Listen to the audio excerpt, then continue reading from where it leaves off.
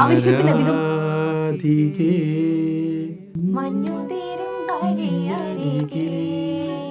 കൊണ്ടോട്ടി ഒരു വലിയ സാംസ്കാരിക പൈതൃകമുള്ളൊരു നാടാണ്. മാപ്പിളപ്പാട്ട് പാടുമോ? എല്ലായിടത്തും ബാനി അറിയാറുണ്ട്.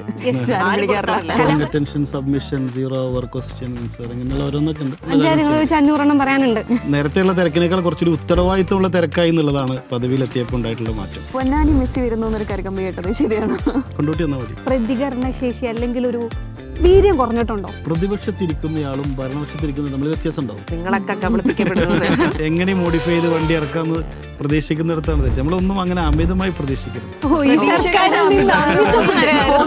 കേരള ഉടനെ തന്നെ ഒരു കലഹത്തിലൂടെ തുടങ്ങുന്നില്ല എന്നൊരു നിലപാട് UDF സർക്കാരിനുണ്ട്. ഇവിടുത്തെ വിദ്യാഭ്യാസ മേഖലക്ക് ഫണ്ട് തരാത്ത പ്രശ്നം നിലനിൽക്കുന്നുണ്ട്. അടിച്ചു യൂട്ടൺ. ഒരു ദിവസം രാഷ്ട്രീയം എന്ന് സ്വിച്ച് ഓഫ് ചെയ്ത ആരാണ്? ഇപ്പോഴേ വേണം ഈ ഒരു അങ്ങനെയൊക്കെ ഉണ്ടായിരുന്നു. ഞാൻ കണ്ടിട്ടില്ല. അല്ല, എങ്ങനെ തന്നെയാണോ എല്ലാ വാഗ്ദാനങ്ങളും? അപ്പോ വീര്യം കുറഞ്ഞതും പാടില്ല, വീര്യം കൂടിയതും പാടില്ല. എല്ലാവരും ചോദിക്കുന്നില്ലേ എന്താ ഈ 4 മണിക്കൂറൊക്കെ പവർക്കട്ട്? 4 മണിക്കൂറൊന്നുമില്ല. ആര് പറഞ്ഞു പവർ കട്ട് ഇല്ലാത്ത കേരളം? അതാണ് ഞങ്ങൾ സ്വപ്നം കണ്ടെങ്കിൽ. ആരോപണങ്ങൾ ആർക്കും പറയാം, ഒരു പുകമറ ഉണ്ടാക്കാം. നമ്മളും ഭരണപക്ഷത്തിരിക്കുമ്പോൾ പ്രതിപക്ഷത്തെ പോലെ സംസാരിക്കാൻ പാടില്ല. നമ്മൾ റെസ്പോൺസിബിൾ ആണ്. UDF സർക്കാർ PMC നടപ്പിലാക്കാൻ തീരുമാനിക്കുക എന്ന് വിചാരിക്കട്ടെ. അങ്ങനെയാണെങ്കിൽ ലീഗ് അതിൽ നിന്ന് വിട്ടുനിൽക്കും. കഴിഞ്ഞ സർക്കാരിന്റെ കാലത്ത് യൂത്ത് ലീഗിന്റെ നിലപാട് ഇതല്ലായിരുന്നല്ലോ. ചോദ്യം ചെയ്യപ്പെടേണ്ടത് എവിടെയാണെങ്കിലും ചോദ്യപ്പെടണമല്ലോ. തെക്ക് വശത്ത് നിന്നതുകൊണ്ട് ബിന്ദു കൃഷ്ണക്ക് അത് വീര്യം കുറഞ്ഞതായിട്ട് തോന്നിയെന്ന് നമുക്ക് പറയാൻ പറ്റൂ. പണ്ട് അറബിക്കടലിൽ അറിയാന്ന് പറഞ്ഞ സാധനമാണല്ലോ ഇത്. ജനകീയ പ്രശ്നങ്ങളോട് എപ്പോഴും നമ്മൾ പ്രതികരിക്കും. TP അഷ്റഫ് അലി പണ്ണാണോ? ചോദിക്കണ്ടില്ല എന്ന് തോന്നിയില്ല. ഇപ്പം ഇല്ല, നിങ്ങൾ ഹണിമൂൺ ഇതുവരെ കഴിഞ്ഞില്ലേ? ഇഷ്ടം റൊണാൾഡോയാണ്.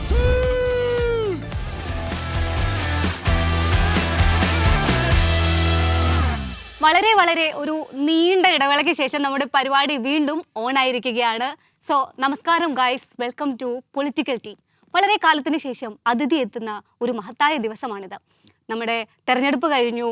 മന്ത്രിമാരായി, MLA-മാരായി, മന്ത്രിസഭയായി, നമുക്കൊരു മുഖ്യമന്ത്രിയായി. ആ പൂക്കി ടീമിൽ നിന്ന് നമ്മളൊരു പൂക്കിയെ പിക്ക് ചെയ്ത് നമ്മുടെ ഹോട്ട് സീറ്റിൽ ഇവിടെ കൊണ്ടിരുത്തിയിട്ടുണ്ട്. മറ്റാരുമല്ല, കൊണ്ടോട്ടിയുടെ ഹൈ സ്പീഡ് MLA, IUML-ന്റെ പ്രമുഖ യുവ നേതാവ്, മുസ്ലിം യൂത്ത് ലീഗിന്റെ ദേശീയ ജനറൽ സെക്രട്ടറി TP അഷ്റഫ് അലിയാണ് നമ്മോടൊപ്പം ഇന്ന് ചേരുന്നത്. സ്വാഗതം. Thank you. എങ്ങനെയുണ്ടായിരുന്നു ഇതിന്റെ ഇൻട്രോ? അടിപൊളി. അയ്യോ, കോരിത്തരിപ്പിക്കുന്ന നമ്മുടെ ഇൻട്രോ കേട്ടിട്ട് ഇവിടെ വന്നിരുന്നിട്ട് എങ്ങനെയുണ്ടൊരു അവസ്ഥ? നിങ്ങൾ എത്രത്തോളം റോസ്റ്റ് ചെയ്യുന്നുള്ള ഒരു അങ്ങനെയുള്ള ഒരു ആലോചനയിലാണ് ഞാൻ ഇങ്ങനെ ഇരുന്നോണ്ടിരിക്കുന്നത്. നമ്മളൊരു MLA-ക്ക് പ്രതീക്ഷിച്ച വേഷവും ഭാവത്തിലും അല്ല വന്നത് അല്ലേ? ആദ്യമായിട്ടാണ് ഇവിടെ ഒരു പാൻഡിട്ട് MLA വരുന്നത്. എത്ര പാൻഡിട്ട് MLA-മാരുണ്ട്? സഭ നോക്കിയാൽ പാൻഡിട്ടവരെയാണ്. അല്ല, നിങ്ങൾ കണ്ടില്ലേ? പക്ഷെ പൊതുവെ രാഷ്ട്രീയക്കാരുടെ സ്റ്റൈൽ എന്ന് പറഞ്ഞാൽ ഖദറാണല്ലോ പ്രത്യേകിച്ച്. അപ്പം എന്താ ഒരു മുണ്ട്, മുണ്ടും ഷർട്ടൊക്കെ, അപ്പൊ എന്താ ഇങ്ങനെ ഒരു ഇപ്പൊ കാലം മാറിക്കൊണ്ടിരിക്കല്ലേ, മാറുന്നതിനനുസരിച്ച് ആ ഒരു മാറ്റം എല്ലാത്തിലും ഉണ്ട്. പക്ഷെ പൊതുവെ നമ്മൾ കേരളത്തിൽ കാണുന്ന പൊളിറ്റീഷ്യൻസ് ആണ് അങ്ങനെ. പക്ഷെ നോർത്ത് ഇന്ത്യയിലൊക്കെ നോക്കിക്കഴിഞ്ഞാൽ എല്ലാവരും വ്യത്യസ്തമായ വേഷങ്ങളാണ്. പാൻറ് ഇടുന്ന രാഷ്ട്രീയക്കാരാണ് കൂടുതലുള്ളത്. പൈജാമയും കുർത്തയൊക്കെ ഉള്ള ആളുകളാണ്. അതൊരു പൂക്കി പ്രതിനിധിയായിട്ട് അങ്ങനെയൊന്നുമില്ല. അങ്ങനെയാണെങ്കിൽ പറയുകയും ചെയ്യാം. എന്നാൽ വേഷങ്ങൾ ഏതാണെങ്കിലും നമുക്ക് യോജിച്ച വേഷങ്ങൾ ധരിക്കുക എന്നുള്ളതാണല്ലോ. സഭയിലൊക്കെ ഇപ്പം അങ്ങനെ ഇങ്ങനത്തെ ഡ്രസ്സിങ്ങിലൊക്കെ ആ മാറ്റങ്ങളൊക്കെ വരുന്നുണ്ടോ? ഇപ്പോൾ 71 പേര് പുതിയ MLA-മാരാണ്. അതിൽ കൂടുതൽ യുവാക്കളാണ്. കൂടുതൽ പേരും പാൻറ് ഇട്ട് വരുന്നവരാണ്. ഇപ്പോൾ രമേശ് പിഷാരടിയൊക്കെ ഉള്ള സഭയല്ലേ. അപ്പോൾ അങ്ങനെ ഒരുപാട് പേര് പാൻറ് ഇട്ട് വരും. നമ്മുടെ ഉന്നത വിദ്യാഭ്യാസ മന്ത്രി റോജി യൂഷ്വലി പാൻറ് ധരിച്ചുകൊണ്ടാണ് സഭയിൽ വന്നുകൊണ്ടിരിക്കുന്നത്. രമേശ് പിഷാരടി മാത്രമല്ല, നമ്മുടെ മന്ത്രി PK ബഷീറിന്റെ ഒരു ഷർട്ടിന്റെ സ്റ്റൈൽ നോക്കുകയാണെങ്കിൽ ഇപ്പൊ മാറിയിട്ടുണ്ടല്ലേ. ബഷീർക്കൊക്കെ നേരത്തെ തന്നെ അങ്ങനെ ഒരു നല്ലൊരു സ്റ്റൈൽ കോൺസെപ്റ്റിൽ വരുന്ന ഒരാളാണ്. ഇപ്പൊ കുറച്ചും കൂടി സ്റ്റൈലായെന്ന് എനിക്ക് തോന്നുന്നുണ്ട്. അപ്പോ മന്ത്രിയൊക്കെ മന്ത്രിക്ക് കുറച്ചും കൂടി സ്റ്റൈലായിട്ട് ഇരുത്തിയിരുന്നല്ലേ പുള്ളിനെ അല്ലേ? എങ്ങനെയുണ്ട് MLA ആയിട്ടുള്ള ആദ്യമായിട്ടല്ലേ? അപ്പൊ എങ്ങനെയുണ്ട് എക്സ്പീരിയൻസ് ഒക്കെ? നമുക്ക് ജനങ്ങളോട് ഒരുപാട് കാര്യങ്ങൾ ചെയ്യാൻ കുറച്ചുകൂടിയും ഒരു എന്താ പറയുക, കൂടുതൽ ആനുകൂല്യങ്ങളും മറ്റുമൊക്കെ ആളുകൾക്ക് കൊടുക്കാനും മറ്റൊക്കെ ആയിട്ട് അതിനൊരു വലിയ അവസരമാണ്.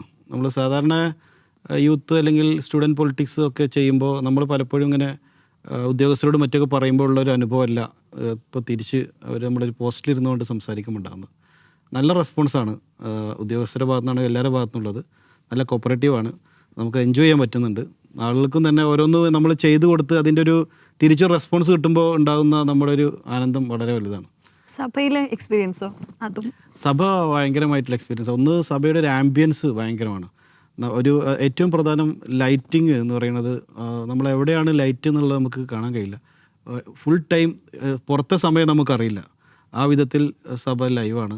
പിന്നെ അതിൻ്റെ ഒരു ഉയരം, ഒരു എലഗൻസ് എല്ലാം ഭയങ്കരമായ ഒരു ആംബിയൻസ് ആണ് സഭക്കുള്ളത്.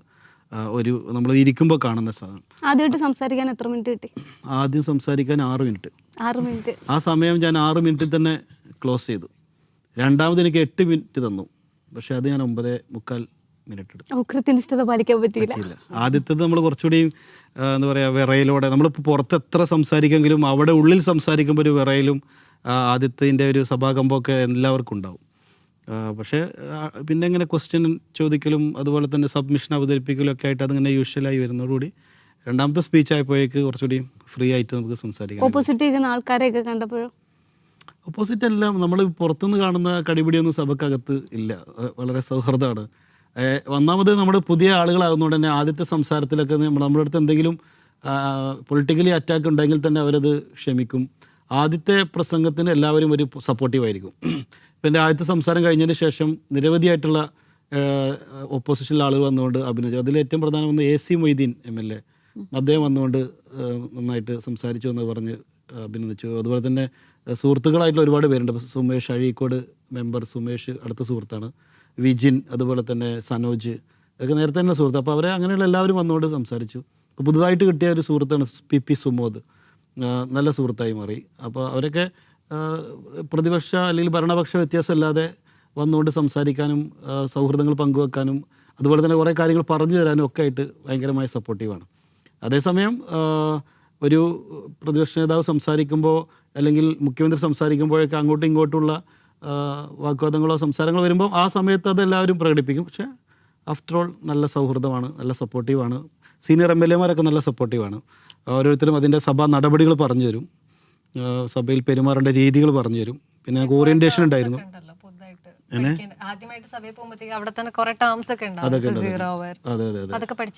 അതൊക്കെ ഇപ്പോൾ നമുക്ക് calling attention, submission, 0 hour question answer, ഇങ്ങനെയുള്ള ഓരോന്നൊക്കെ ഉണ്ട്. അത് നമുക്ക് 2 ദിവസത്തെ ഓറിയന്റേഷൻ ഉണ്ടായിരുന്നു.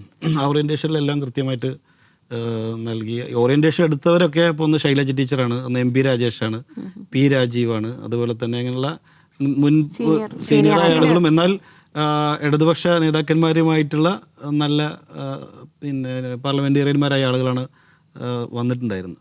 ഇപ്പോൾ നിലവിലെ രാഷ്ട്രീയം വെച്ച് നോക്കുമ്പോൾ ഇപ്പം MLA ആയിട്ടുണ്ട്, കുറച്ചുകൂടെ തിരക്ക് കൂടി. ഇപ്പോൾ ഒരു ഡേ ഇൻ മൈ ലൈഫ് ഒക്കെ എങ്ങനെയാണ്? തിരക്കാണ് ഏറ്റവും വലിയ നമുക്കിപ്പോൾ കൺട്രോൾ ചെയ്യാൻ പറ്റാത്ത ഒന്ന്. പ്രോഗ്രാമുകൾ നിരന്തരം കൂടും. പ്രോഗ്രാം ആകുന്ന സമയത്ത് നമുക്ക് ഫോൺ അറ്റൻഡ് ചെയ്യാൻ പറ്റില്ല. അപ്പോൾ ആളുകൾ ഫോൺ എടുക്കാത്ത കംപ്ലയിൻറ്റ് പറയും, പിന്നെ അവരെ തിരിച്ച് വിളിക്കണം, കാര്യങ്ങൾ അങ്ങനെ. നേരത്തെയുള്ള തിരക്കിനേക്കാൾ കുറച്ചൊരു ഉത്തരവാദിത്തമുള്ള തിരക്കായി എന്നുള്ളതാണ് ഈ ഒരു പദവിയിലെത്തിയപ്പോൾ ഉണ്ടായിട്ടുള്ള മാറ്റം. ഇൻട്രോയിൽ പറഞ്ഞതുപോലെ കൊണ്ടോട്ടിയുടെ ഹൈ സ്പീഡ് MLA എന്നൊരു പേരുണ്ട്. അപ്പോൾ കൊണ്ടോട്ടിക്ക് വേണ്ടി MLA ആയി കഴിഞ്ഞിട്ട് ഹൈ സ്പീഡായിട്ട് ചെയ്ത 5 കാര്യങ്ങൾ ഹൈ സ്പീഡിൽ പറയാൻ പറഞ്ഞാൽ എത്ര എണ്ണം പറയും? അതിൽ ഞാൻ ചെയ്തിട്ടുള്ള ഒന്ന്, നമ്മുടെ ബഡ്ജറ്റിൽ കൊണ്ടുവന്നിട്ടുള്ള 2 പ്രധാനപ്പെട്ട കൊണ്ടോട്ടിയുടെ ആവശ്യം. അതിലൊന്നാണ് മിനി സിവിൽ സ്റ്റേഷൻ, രണ്ടാമത് ഫ്ലൈ ഓവർ, മൂന്നാമത് ഇപ്പോൾ അവിടെ നടന്നുകൊണ്ടിരിക്കുന്നുണ്ട് MLA ബോക്സ് എന്ന പേരിൽ ഫുട്ബോൾ കാണുന്നതിന് വേണ്ടിയുള്ള ഫാൻ പാർക്ക്. ഏകദേശം 800 മുതൽ 1000 പേര് വരെ ഓരോ ദിവസവും ഫുട്ബോൾ കാണാൻ വേണ്ടി വരുന്നുണ്ട്. കൊണ്ടോട്ടി മോയിൻകുട്ടി വൈദ്യർ മാപ്പിളകല അക്കാഡമിയുടെ പ്രിമൈസിൽ വലിയ പന്തലൊക്കെ ഇട്ട് വലിയ LED-യിൽ ചെയ്യണം. അത് ഭയങ്കരമായിട്ട് നമ്മുടെ യുവാക്കളും എല്ലാവരും അത് നന്നായിട്ട് ചെയ്തുകൊണ്ടിരിക്കുകയാണ്. അതേപോലെ തന്നെ അവിടുത്തെ നിരവധിയായിട്ടുള്ള മറ്റു പ്രശ്നങ്ങൾ, ഇപ്പോൾ നമ്മുടെ പല ഓഫീസുകളിലും ആളുകളില്ലാത്ത പ്രശ്നങ്ങളുണ്ടായിരുന്നു, അതിന് വേണ്ടിയിട്ടുള്ള കാര്യങ്ങൾ, താലൂക്ക് ഹോസ്പിറ്റലുമായി ബന്ധപ്പെട്ട കാര്യങ്ങൾ, ഇങ്ങനെ ഒരുപാട് കാര്യങ്ങൾ പെട്ടെന്ന് 500 പറയാനുണ്ട്. വെറുതെ അല്ല. നമ്മളിപ്പോൾ നോക്കുമ്പോഴേ ലീഗിൻ്റെ ഷുവർ ഷോട്ട് സീറ്റാണ് കൊണ്ടോട്ടി. അപ്പം ആദ്യത്തെ അവസരത്തിൽ തന്നെ കൊണ്ടോട്ടി ഓരോ സീറ്റാണ് കിട്ടിയിരിക്കുന്നത്. അപ്പം എന്താണ്, കൊമ്പത്താണോ പിടി? അതെങ്ങനെ കിട്ടിയത്? അങ്ങനെ പിടിയെന്ന് പറഞ്ഞാൽ നമ്മുടെ പാർട്ടി സ്വാഭാവികമായിട്ട് ഇത്തവണ കുറച്ചുകൂടി നല്ല രീതിയിലുള്ള ഒരു കാൻഡിഡേറ്റ് സെലക്ഷനാണ് നടത്തിയത്. അതിൽ നമ്മുടെ പ്രസിഡൻറ്റ്, ഞങ്ങളുടെ പ്രസിഡന്റ്, ഇപ്പം മുഖ്യമന്ത്രിയെ പൂക്കി മുഖ്യമന്ത്രി എന്ന് പറയുമെങ്കിൽ മുസ്ലിം ലീഗിൻ്റെ സ്റ്റേറ്റ് പ്രസിഡന്റ് അർത്ഥത്തിൽ യങ്സ്റ്റേഴ്സിനെ, യുവാക്കളെ, ചെറുപ്പക്കാരെയൊക്കെ നന്നായിട്ട് മനസ്സിലാക്കാനും അവരുടെ ടേസ്റ്റ് അറിയുകയൊക്കെ ചെയ്യുന്ന നല്ലൊരു പ്രസിഡൻ്റാണ് സയ്യിദ് സാദിഖ് അലി ശിഹാബ് തങ്ങൾ.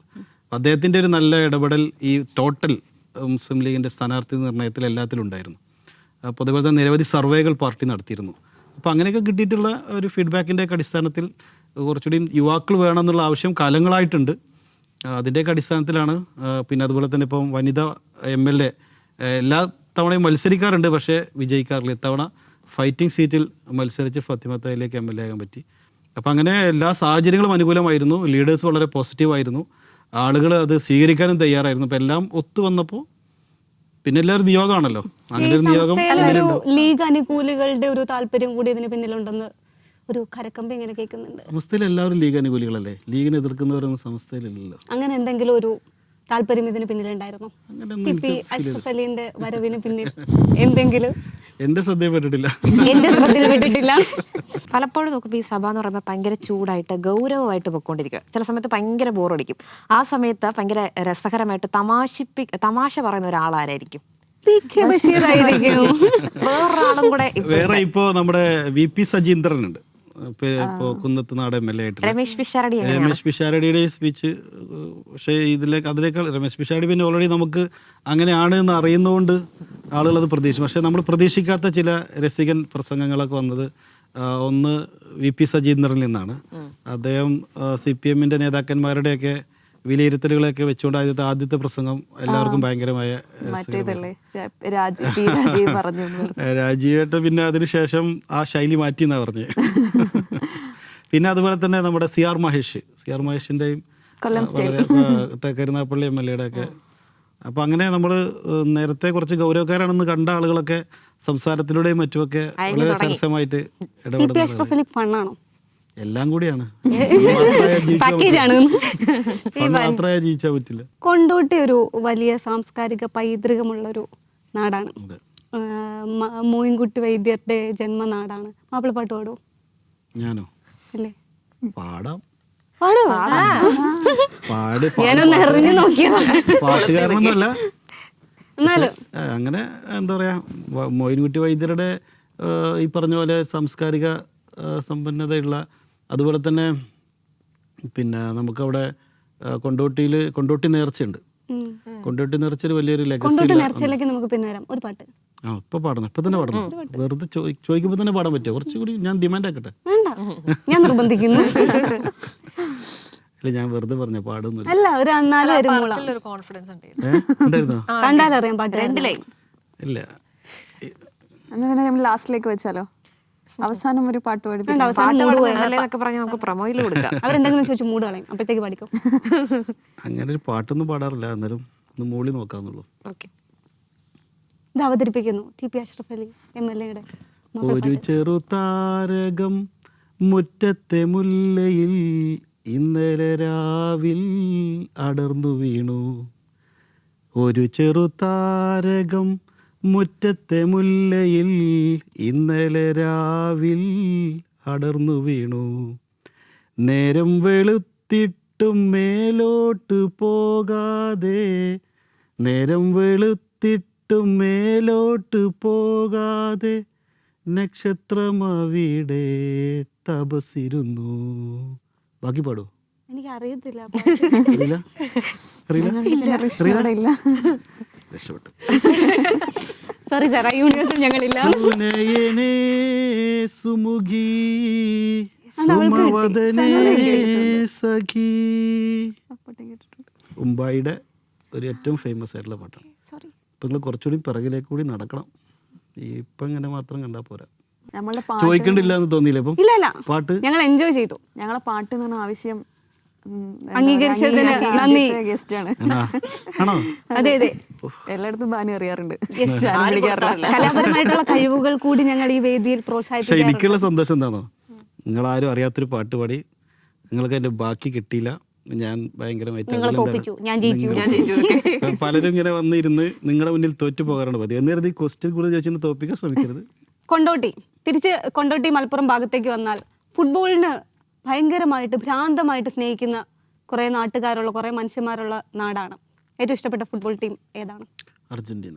5 ആൾക്കാരുടെ പേര് പറയാന്നറിയാതുകൊണ്ട് ഞാൻ ചോദിക്കുന്നില്ല. പിന്നെ പൊന്നാനി മെസ്സി വരുന്നു എന്നൊരു കരകമ്പി കേട്ടത് ശരിയാണോ? ഞാനത് നൗഷാദിനോട് ചോദിച്ചു. എന്താ പറഞ്ഞേ? അപ്പം പൊന്നാനി വരികയാണെങ്കിൽ കരിപ്പൂരിൽ ഇറക്കണം, കൊണ്ടോട്ടി വന്നിട്ട് പൊന്നാനി പോകണം, ഇതേ എനിക്ക് ഡിമാൻഡ് ഉള്ളൂ എന്ന് പറഞ്ഞിട്ടുണ്ട്. ആണല്ലേ? അപ്പൊ ഞങ്ങളൊക്കെ പെട്ടി പാക്ക് ചെയ്യട്ടെ? പോവാൻ കാണാനാണോ? അത് കാണാൻ കൊണ്ടോട്ടി വന്നാൽ മതി. ആണല്ലേ? കരിപ്പൂരിൽ ഇറങ്ങിയിട്ടാണ് പോവുക. കോൺഫിഡൻസ് ഒരു ഇതുണ്ടായിരുന്നു. മെസ്സി വരുന്നു പറഞ്ഞവരൊക്കെ പെട്ടിട്ടുള്ളത്. ഞാൻ പ്രത്യേകം നൗഷാദ് അലിനോട് പറഞ്ഞിട്ടുണ്ട്. ഞാൻ വിചാരിച്ചു മെസ്സി പറഞ്ഞാണോ? അല്ല, നൗഷാദ് അലി നമ്മളങ്ങനെ പിന്നെ ആവേശത്തിന് പറയുന്ന ഒരാളല്ല. മെസ്സി പൊന്നാനിയിൽ വരുമെന്നൊക്കെ സ്വപ്നം കാണുന്ന ഒരു നാട്, അങ്ങനെ ഒരു MLA. ഇപ്പോഴത്തെ കറണ്ട് കട്ടിനെ പറ്റി എന്താണ് അഭിപ്രായം? കറണ്ട് കട്ടല്ലല്ലോ, സോറി, പവർ കട്ട്. അല്ല, പവർ കട്ട് ഇപ്പോ പിന്നെ നമ്മുടെ യൂത്ത് ലീഗ് ചോദിച്ചാല് പ്രതിഭാസം ഉള്ളത് കൊണ്ട് സംഭവിക്കുന്ന ഈ നമ്മുടെ എന്താ പറയാ കാലാവസ്ഥാ വ്യതിയാനത്തിൽ സംഭവിക്കുന്ന ചില പാളിച്ചകളാണ്. അതിൽ നമുക്ക് മഴ അധികമായി ലഭിച്ചാൽ സ്വാഭാവികമായിട്ട് അത് പെട്ടെന്ന് തന്നെ അവസാനിക്കും എന്നുള്ളതാണ് മന്ത്രി നമുക്ക് സഭയിൽ തന്നിട്ടുള്ള മറുപടി. അപ്പം ആ രീതിയിൽ ഇപ്പം മഴ നമുക്ക് നന്നായിട്ട് വരുന്നുണ്ടല്ലോ. പിള്ളേരൊക്കെ ചോദിക്കുന്നില്ലേ എന്താ ഈ 4 മണിക്കൂറൊക്കെ പവർ കിട്ടും? 4 മണിക്കൂറൊന്നില്ല, ആര് പറഞ്ഞു? കൂട്ടി നോക്കുമ്പോൾ 4 മണിക്കൂറുണ്ട്. ആണോ? പക്ഷെ ഞാൻ ഇതുവരെ അങ്ങനെ അത്ര 4 മണിക്കൂറുള്ളതായിട്ടൊന്നും ഇവിടെ പരാതിയില്ല. ചെറിയ കളിയുള്ള സമയത്ത് കറണ്ട് പോകുമ്പോൾ ചില കോളുകളൊക്കെ നമുക്ക് വരും. എടുക്കാൻ പറ്റിയ കോളുകളാണോ? പിന്നെ അതൊക്കെ പക്ഷെ ആ സമയത്ത് വളരെ അലർട്ടായിരിക്കും KCB ഒക്കെ. കാരണം അവർക്കറിയാം ഇങ്ങനെ എന്തെങ്കിലും ഇഷ്യൂ ഉണ്ടാകുമ്പോൾ ആദ്യം കോൾ വരും, നമ്മളെ കോൾ വരുമ്പോൾ നമ്മൾ അവരെ വിളിക്കുന്നൊക്കെ. അതുകൊണ്ട് പെട്ടെന്ന് സോർട്ട് ഔട്ട് ചെയ്യാറുണ്ട്. പണ്ട് ഈ പവർ കട്ടിനെതിരെ യൂത്ത് ലീഗ് സമരവും പ്രതിഷേധങ്ങളൊക്കെ നമ്മള് പിന്നെ ജനവിരുദ്ധമായ കാര്യങ്ങൾ ഉണ്ടാകുമ്പോൾ എപ്പോഴും പ്രതികരിക്കും. അതിലൊന്നും സംശയമില്ല. ഭരണം ഉണ്ടെങ്കിൽ അത് ഭരണത്തിൽ നിന്നുകൊണ്ട് എങ്ങനെ പ്രതിഷേധിക്കാം, എങ്ങനെ അത് പെട്ടെന്ന് സോർട്ട് ചെയ്യാം എന്നുള്ളതിനെ കുറിച്ച് അങ്ങനെ ഒരു പ്രതികരണമായിരിക്കും. പ്രതിപക്ഷത്തിരിക്കുമ്പോൾ പക്ഷേ നമുക്ക് അങ്ങനെ സോൾവ് ചെയ്യാനല്ലേ, നമുക്ക് ആവശ്യപ്പെടാനല്ലേ പറ്റുള്ളൂ. അപ്പോൾ അതിന് ആ ആവശ്യപ്പെടുന്ന രീതിയിൽ വ്യത്യാസം ഉണ്ടാവുന്നുള്ളൂ. അതായത് ജനകീയ പ്രശ്നങ്ങളോട് എപ്പോഴും നമ്മൾ പ്രതികരിക്കും. ഇപ്പോഴും ആ പ്രതികരണ ശേഷി അതുപോലെ തന്നെ നിലനിൽക്കുന്നുണ്ടോ? അല്ല, അതാണ് ഞാൻ പറഞ്ഞത്, പ്രതികരണശേഷിയിൽ വ്യത്യാസം ഉണ്ടാവും. അതെല്ലാം അങ്ങനെ തന്നെ നിലനിൽക്കുന്നു പറയുന്നത് നമ്മൾ കളവ് പറയലാണ്. എന്താ സഭയിലെത്തുമ്പോൾ പ്രതികരണ ശേഷി അതല്ല, സഭയിലെത്തുമ്പോഴേ നമ്മൾ ഭരണപക്ഷത്തിരിക്കുമ്പോൾ പ്രതിപക്ഷത്തെ പോലെ സംസാരിക്കാൻ പാടില്ല. നമ്മൾ റെസ്പോൺസിബിൾ ആണ്. നമ്മൾ കൂടി ഉള്ള ഒരു മുന്നണിയാണ് ഭരിക്കുന്നത്. അപ്പോൾ ഒരു പവർ കട്ടിന്റെ വിഷയം ഒരാൾ പറയുമ്പോൾ നമ്മൾ മന്ത്രിയോട് എന്താണ് പവർ കട്ട് എന്ന് വെച്ച് ബഹളം വെക്കുകയല്ലേ വേണ്ടത്. അതിന്റെ കാര്യകാരണങ്ങൾ മനസ്സിലാക്കി പെട്ടെന്ന് അത് പരിഹരിക്കാനുള്ള കാര്യത്തിന്റെ കൂടെ നിന്ന് അത് സോർട്ട് ഔട്ട് ചെയ്യാൻ ചെയ്യും. അതേസമയം ആ വിഷയം നമ്മൾ അഡ്രസ്സ് ചെയ്യണം. ആളുകൾക്ക് ആ ഒരു പ്രശ്നം ഇല്ലാത്ത രീതിയിൽ നമുക്ക് അത് സോർട്ട് ഔട്ട് ചെയ്യണം. അതേസമയം നമുക്ക് പ്രതിപക്ഷത്തിരിക്കുമ്പോൾ അങ്ങനെയല്ല, നമുക്ക് ആവശ്യപ്പെട്ടുകൊണ്ടിരുന്നാൽ മതി. അല്ല, അങ്ങനെയല്ലല്ലോ. ജനങ്ങളെ ബാധിക്കുന്ന വിഷയമാകുമ്പോൾ അത് ഭരണപക്ഷം പ്രതിപക്ഷം എന്നുള്ള ഉണ്ടോ? ചോദ്യം ചെയ്യപ്പെടേണ്ടത് എവിടെയാണെങ്കിലും ചോദ്യപ്പെടണമല്ലോ. നമ്മൾ ഭരണപക്ഷത്തിരിക്കുമ്പോൾ നമുക്ക് കൂടി ഉത്തരവാദിത്തമുണ്ട്. ചോദ്യം ചോദിച്ചു മാത്രം പോയാൽ പോരല്ലോ, ആ പ്രശ്നം പരിഹരിക്കണ്ടേ. അപ്പോൾ അതിന് അതിൻ്റെതായ ഒരു ശൈലിയിൽ ഇടപെട്ട് പ്രശ്നം പരിഹരിക്കുക എന്നുള്ളതിനാണ് പ്രാധാന്യം കൊടുക്കുക. ഇപ്പോൾ UDF ഭരണത്തിൽ വന്നതിന് ശേഷം ലീഗ് അല്ലെങ്കിൽ യൂത്ത് ലീഗ് ഒരു ബാക്ക് ഫുട്ട് ആയിട്ടുണ്ട്. അതായത് പ്രതികരണങ്ങളിൽ ഇപ്പോൾ PM ശ്രീ വിഷയത്തിലാണെങ്കിലും ലീഗ് കുറച്ച് ലാഗായില്ലേ ഒരു എന്താണ് നിലപാട് എന്നൊക്കെ പറയാൻ വേണ്ടിയിട്ട്? അതല്ല, PM ശ്രീ വിഷയത്തിൽ നമുക്ക് പിന്നെ എങ്ങനെയാണ് PM ശ്രീയിലെ പ്രശ്നങ്ങൾ പരിഹരിക്കാം എന്നുള്ളതിനെ കുറിച്ചാണ് ചർച്ച ചെയ്തത്. അപ്പോൾ അതിൽ PM ശ്രീയിൽ നമുക്ക് പിൻവലിയാൻ പറ്റില്ലേ, ഇതിനെക്കുറിച്ചുള്ള ഒരു ഗൗരവമായ ഡിസ്കഷൻ ഉണ്ട്. MOU സൈൻ ചെയ്തതാണ്, ഇടതുപക്ഷ ഗവൺമെൻറ് സൈൻ ചെയ്തതാണ്. കീപ്പ് ഇൻ അബയൻസ് എന്നാണ് അത് പറഞ്ഞിട്ടുള്ളത്. തൽക്കാലം അത് ഇപ്പം മുന്നോട്ട് പോകുന്നില്ല എന്ന്, തൽക്കാലമായിട്ടാണ്. പക്ഷേ അതേസമയം മുന്നോട്ട് പോകേണ്ടി വരും. അപ്പോൾ അത് മുന്നോട്ട് പോകണ്ടയോ? അതേസമയം കേന്ദ്ര സർക്കാർ ഇത് നടപ്പിലാക്കിയില്ലെങ്കിൽ ഇവിടുത്തെ വിദ്യാഭ്യാസ മേഖലയ്ക്ക് ഫണ്ട് തരാത്ത പ്രശ്നം നിലനിൽക്കുന്നുണ്ട്. അപ്പോൾ ഇതെല്ലാം കൂടി പരിഹരിക്കണം. PM ശ്രീയെ എതിർക്കുന്നത് അവിടെ സംഘപരിവാർ അജണ്ടകൾ കരിക്കുലത്തിലൂടെ വന്ന് ഇവിടുത്തെ ഈ കേരളത്തിൻ്റെ ഒരു മതേതര ഫാബ്രിക്കിനെ ദോഷപ്പെടുത്തും എന്നുള്ളതുകൊണ്ടാണ്. അപ്പോൾ അതുണ്ടോ ഇല്ലേ എന്നതിനെക്കുറിച്ച് ഗൗരവമായി ചർച്ച ചെയ്യണം. അതില്ല എങ്കിൽ PM ശ്രീ നടപ്പിലാക്കുന്നതിൽ തെറ്റില്ലല്ലോ. കാരണം PM ശ്രീ മാത്രമല്ല, അവിടെ PMAY ഉണ്ട്, അതുപോലെ തന്നെ PM ഉജ്ജ്വൽ യോജനയുടെ ഒരുപാട് കേന്ദ്ര സർക്കാരിൻ്റെ പദ്ധതികളുണ്ട്. കേന്ദ്രം ഭരിക്കുന്നത് BJP ആണ് എന്ന് കരുതിയിട്ട് നമുക്ക് കിട്ടേണ്ട ആനുകൂല്യങ്ങൾ അല്ലെങ്കിൽ കേരളത്തിൻ്റെ അവകാശങ്ങൾ ഒന്നും വേണ്ട എന്ന് പറയുന്നത് ഒരു ശരിയായ നിലപാടല്ല. അതേസമയം BJPയുടെ അജണ്ടകൾ കടന്നുകയറ്റി അതൊന്നും നമുക്കൊരു പ്രശ്നമല്ലാതെ ഞങ്ങൾ നടപ്പിലാക്കി ഞങ്ങൾക്ക് ഫണ്ട് കിട്ടിയാൽ മതി, ആ ഒരു നിലപാട് ഇല്ല. പക്ഷെ കഴിഞ്ഞ സർക്കാരിന്റെ കാലത്ത് യൂത്ത് ലീഗിന്റെ നിലപാട് ഇതല്ലായിരുന്നല്ലോ. പിന്നെ യൂത്ത് ലീഗ് എല്ലാ സമയത്തും നമുക്ക് ഇവരുടെ ഈ സംഘപരിവാറിൻ്റെ ഈ വർഗീയ നിലപാടുകൾ, അവരുടെ സംഘപരിവാർ അജണ്ടകൾ, ഫാസിസ്റ്റ് അജണ്ടകൾ, RSS അജണ്ടകൾ, അത് ഒരിക്കലും ഉണ്ടാകാൻ പാടില്ല എന്നുള്ള നിലപാടുള്ളൂ. അതിൻ്റെ മുൻപുള്ള എത്രയോ സർക്കാർ പദ്ധതികൾ നടപ്പിലാകുന്നുണ്ടല്ലോ. സർക്കാർ പദ്ധതി നടപ്പിലാക്കുന്നതിന് നമുക്ക് കേന്ദ്രത്തിൻ്റെ ഒരു പദ്ധതിയും BJP ആയതുകൊണ്ട് വേണ്ട എന്നൊരു അഭിപ്രായം നമ്മളാരും പറഞ്ഞിട്ടില്ല.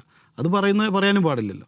അതേസമയം ഈ നമ്മുടെ കുട്ടികളെ സിലബസിൽ ഇടപെട്ടുകൊണ്ട് അവിടെ ഇപ്പോൾ ഗാന്ധിജിക്ക് പകരമായിട്ട് ഗോൾഡ് വാക്ക് വരിക, അതുപോലെ തന്നെ CPM-ൻ്റെ BJP-യുടെ നേതാക്കന്മാർ അതിന് പകരമായി വരിക, നമ്മുടെ സയൻസിനും മറ്റും ദോഷകരമാകുന്ന വിധത്തിൽ പഴയ കാലത്തെ മിത്തുകളും മറ്റും കൊണ്ടുവന്നുകൊണ്ട് പ്രചരിപ്പിക്കുക, പഠിപ്പിക്കുക. അങ്ങനെ നമ്മളുടെ ഇടയിൽ ഉണ്ടായ ഒരു സാമൂഹിക സാംസ്കാരിക ശാസ്ത്രീയ ഉണർവിനെ പൂർണ്ണമായിട്ടും ഇല്ലാതെ ആക്കിക്കൊണ്ട് അതിനൊക്കെ ബദലായി BJP പറയുന്ന അജണ്ടകൾ നമ്മുടെ സിലബസ് വരികയാണെങ്കിൽ അത് അംഗീകരിക്കാൻ കഴിയില്ല. ഈ സംഭവം തന്നെ ആയിരുന്നല്ലോ നമ്മൾ കഴിഞ്ഞ ഭരണപക്ഷത്തിരുന്നപ്പോൾ അവരുടെ ഭാഗത്തുനിന്ന് കേട്ടത്. പക്ഷെ അന്ന് നമ്മൾ പ്രതിപക്ഷത്തിരുന്ന് വളരെയധികം ആഞ്ഞടിച്ചിട്ട് ഇപ്പം ഈ ഒരു നിലപാട്, അതായത് ഈ ഒരു മയപ്പെടുത്തലാണ് അവിടെ ചോദ്യം ചെയ്യപ്പെടുന്നത്. ഡിസ്കഷൻ പോലും ഉണ്ടായിട്ടില്ല. കഴിഞ്ഞ തവണ മന്ത്രിസഭ ഡിസ്കസ് ചെയ്തിട്ടില്ല, LDF ഡിസ്കസ് ചെയ്തിട്ടില്ല, LDF-ലെ പ്രധാന കക്ഷിയായ CPI ഡിസ്കസ് ചെയ്തിട്ടില്ല.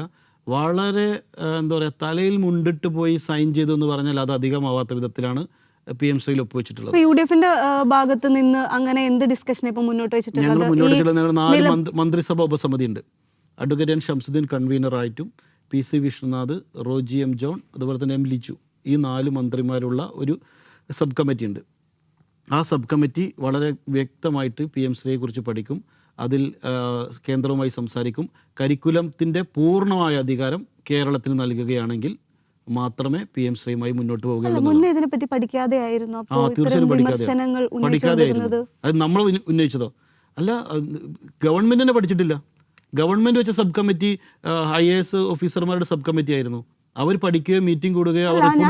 ഞാൻ ചോദിച്ച പോയിന്റ് അതല്ല, ഈ PMCന്റെ വിഷയം വന്നല്ലോ. അപ്പോൾ നിങ്ങൾ പ്രതിപക്ഷത്തിരുന്നപ്പോൾ കുറെ ആരോപണങ്ങൾ ഉന്നയിച്ചു, ഇത് ഇന്ന പ്രശ്നങ്ങൾ ഉണ്ടാക്കുമെന്ന് പറഞ്ഞു. അപ്പോൾ അത് ഇതിനെപ്പറ്റി, ഈ വിഷയത്തിനെ പറ്റി പഠിക്കാതെ കണ്ണും പൂട്ടി സർക്കാരിനെ വിമർശിച്ചതായിരുന്നു എന്നാണ് ഞാൻ ചോദിച്ചത്. അല്ല, അന്നും ഈ പറഞ്ഞതുപോലെ എന്താണ് PMC എന്നതിനെ കുറിച്ച് വ്യക്തമായിട്ട് പറഞ്ഞിട്ടില്ല. PMCയെ കുറിച്ച് ഡിസ്കഷൻ ഉണ്ടായിട്ടില്ല, സഭയിൽ ഡിസ്കസ് ചെയ്തിട്ടില്ല, മന്ത്രിസഭയിൽ ഡിസ്കസ് ചെയ്തിട്ടില്ല. അപ്പോൾ എന്തൊക്കെയാണ് PMC ഇംപ്ലിമെൻ്റ് ചെയ്താൽ ഇവിടെ ഉണ്ടാകുന്ന മാറ്റങ്ങൾ എന്ന് പോലും അറിയാതെ ഒപ്പിട്ട് കഴിഞ്ഞതിന് ശേഷമാണ് അത് ചർച്ചയാവുന്നത്. മനസ്സിലായി? ഒപ്പിടുന്നതിന് മുൻപ് ചർച്ച ഉണ്ടായിട്ടില്ല. അപ്പോൾ സ്വാഭാവികം എതിർക്കല്ലാതെ വേറെ ഒന്നും ചെയ്യാൻ കഴിയില്ലല്ലോ. അത് അപ്പോൾ എതിർക്കുന്നു ശക്തമായി. ഇത് ഗവൺമെൻറ്റിൻ്റെ, കേന്ദ്ര ഗവൺമെൻറ്റിൻ്റെ പദ്ധതിയാണ്. ആ പദ്ധതി വഴി ഇവിടെ സിലബസിൽ മാറ്റം വരുന്നുണ്ട്, ഇവിടെ പിന്നെ സംഘപരിവാർ അജണ്ടകൾ പഠിപ്പിക്കുന്നുണ്ട് എന്നുള്ളത് കൃത്യമായിട്ടൊന്ന് പറഞ്ഞിട്ടുണ്ട്. പക്ഷെ അപ്പോഴും ജനങ്ങൾ കൺവിൻസ്ഡ് ആവുന്നില്ലല്ലോ. അവിടെ അതൊരു യൂട്ടേൺ അടിയായിട്ടല്ലേ ഇപ്പോഴും ജനങ്ങളുടെ മുന്നിൽ പ്രസന്റ് ചെയ്തിരിക്കുന്നത്. യൂത്ത് ലീഗ് അന്ന് പറഞ്ഞത് ഇത് നടപ്പിലാക്കാൻ പറ്റില്ല എന്നൊരു നിലപാടായിരുന്നല്ലോ അന്ന്. അല്ല, ഇപ്പോഴും നമ്മൾ ആ നിലപാട് നമുക്ക് മാറ്റിയിട്ടില്ല. അതേസമയം ഞാൻ പറഞ്ഞ സർക്കാരിൻ്റെ കാര്യങ്ങൾ പറയുക മാത്രമാണ് നമ്മൾ ചെയ്തിട്ടുള്ളത്. ജനങ്ങളുടെ ഇടയിൽ ഈ പറയുന്നത് പോലെ കേരളം എന്ന് പറയുന്നത് അതിശക്തമായ സംഘപരിവാർ വിരുദ്ധ മനസ്സുള്ള ഒരുപാട് ജനങ്ങളുടേതാണ്. അപ്പോൾ അതുകൊണ്ട് തന്നെ അതിൽ ഏതെങ്കിലും വിധത്തിലുള്ള ഒരു ഡയല്യൂട്ട് ചെയ്യുന്ന ഒരു നിലപാടുണ്ടായി കഴിഞ്ഞാൽ ജനങ്ങൾ അതിനെ ശക്തമായിട്ട് എതിർക്കും. അതാണ് ഇപ്പോൾ PMCയിൽ ഉൾപ്പെടെ കണ്ടുകൊണ്ടിരിക്കുന്നത്. അപ്പോൾ അത് എന്താണ് എന്നുള്ളത് ജനങ്ങളെ കൃത്യമായിട്ടും എഡ്യൂക്കേറ്റ് ചെയ്യണം. അത് നടപ്പിലാക്കാതിരിക്കാനുള്ള കാരണങ്ങളെക്കുറിച്ച് പറയണം. നടപ്പിലാക്കുകയാണെങ്കിൽ ഇപ്പോൾ ഫണ്ട്, സ്കൂളുകൾക്ക് വേണ്ടിയുള്ള ഫണ്ട് ലഭിക്കുക എന്നുള്ളത്, അതിനെ നമ്മൾ എതിർക്കണ്ടയോ, സിലബസിനെയാണ് എതിർക്കേണ്ടത് എന്നുള്ളതിനെക്കുറിച്ച് കൃത്യമായി ചർച്ച വേണം. അതൊക്കെ ജനങ്ങളുമായിട്ട് ചർച്ച ചെയ്യും, ഒരു സംശയമില്ല. മന്ത്രിസഭാ ഉപസമിതി അതിലൊരു ഡിസിഷൻ എടുത്തു കഴിഞ്ഞാൽ അത് സ്വാഭാവികമായിട്ട് ജനങ്ങളോട് ചോദിക്കും, ജനങ്ങളുടെ അഭിപ്രായങ്ങൾ ചോദിച്ചിട്ട് അതിൽ. അല്ല, അങ്ങനെയാണെങ്കിൽ ഇപ്പം UDF സർക്കാർ PMC നടപ്പിലാക്കാൻ തീരുമാനിക്കുക എന്ന് വിചാരിക്കട്ടെ. അങ്ങനെയാണെങ്കിൽ ലീഗ് അതിൽ നിന്ന് വിട്ടു നിൽക്കുമോ? അല്ല, നടപ്പിലാക്കാൻ തീരുമാനിക്കുകയാണെങ്കിൽ അത് ഏതൊക്കെ രീതിയിലാണ് നടപ്പിലാക്കുക എന്നുള്ളത് ആദ്യം ലീഗും ചർച്ച ചെയ്യും, ഞങ്ങളൊക്കെ ഇടപെടും. അങ്ങനെ ഒരു ഉപസമിതിയുടെ റിപ്പോർട്ടുണ്ടാകും. ആ റിപ്പോർട്ടിൻ്റെ അടിസ്ഥാനത്തിൽ ഇത് ഉണ്ടാവുള്ളൂ. അല്ലാണ്ട് നമ്മളൊന്നും അറിയാതെ നടപ്പിലാക്കാൻ തീരുമാനിച്ചിട്ട് പിന്നെ പുറത്തുനിന്ന് ലീഗ് അറിയാതെയല്ല, അറിഞ്ഞോട്ടാണെങ്കിലും പണ്ട് അറബിക്കടലിൽ അറിയാന്ന് പറഞ്ഞ സാധനമാണല്ലോ ഇത്. നനഞ്ഞാലും കുഴപ്പമില്ല എന്നുള്ളൊരു മട്ടിലാണ്. അല്ലല്ല, ഞാൻ പറയുന്നത് നമ്മളതിൻ്റെ നിങ്ങൾ ചെറുപ്പക്കാരികളായിട്ടുള്ള വളരെ എന്താ പറയുക, നമ്മുടെ ഭാവി കേരളത്തെക്കുറിച്ചൊക്കെ നല്ല കാഴ്ചപ്പാടുള്ള കുട്ടികൾ. ഇപ്പം നമ്മളിതിൽ സാധാരണഗതിയിൽ ആളുകൾ പറയുന്നത് പോലെ ഒന്ന് പറഞ്ഞു പോയതുകൊണ്ട് കാര്യമില്ല.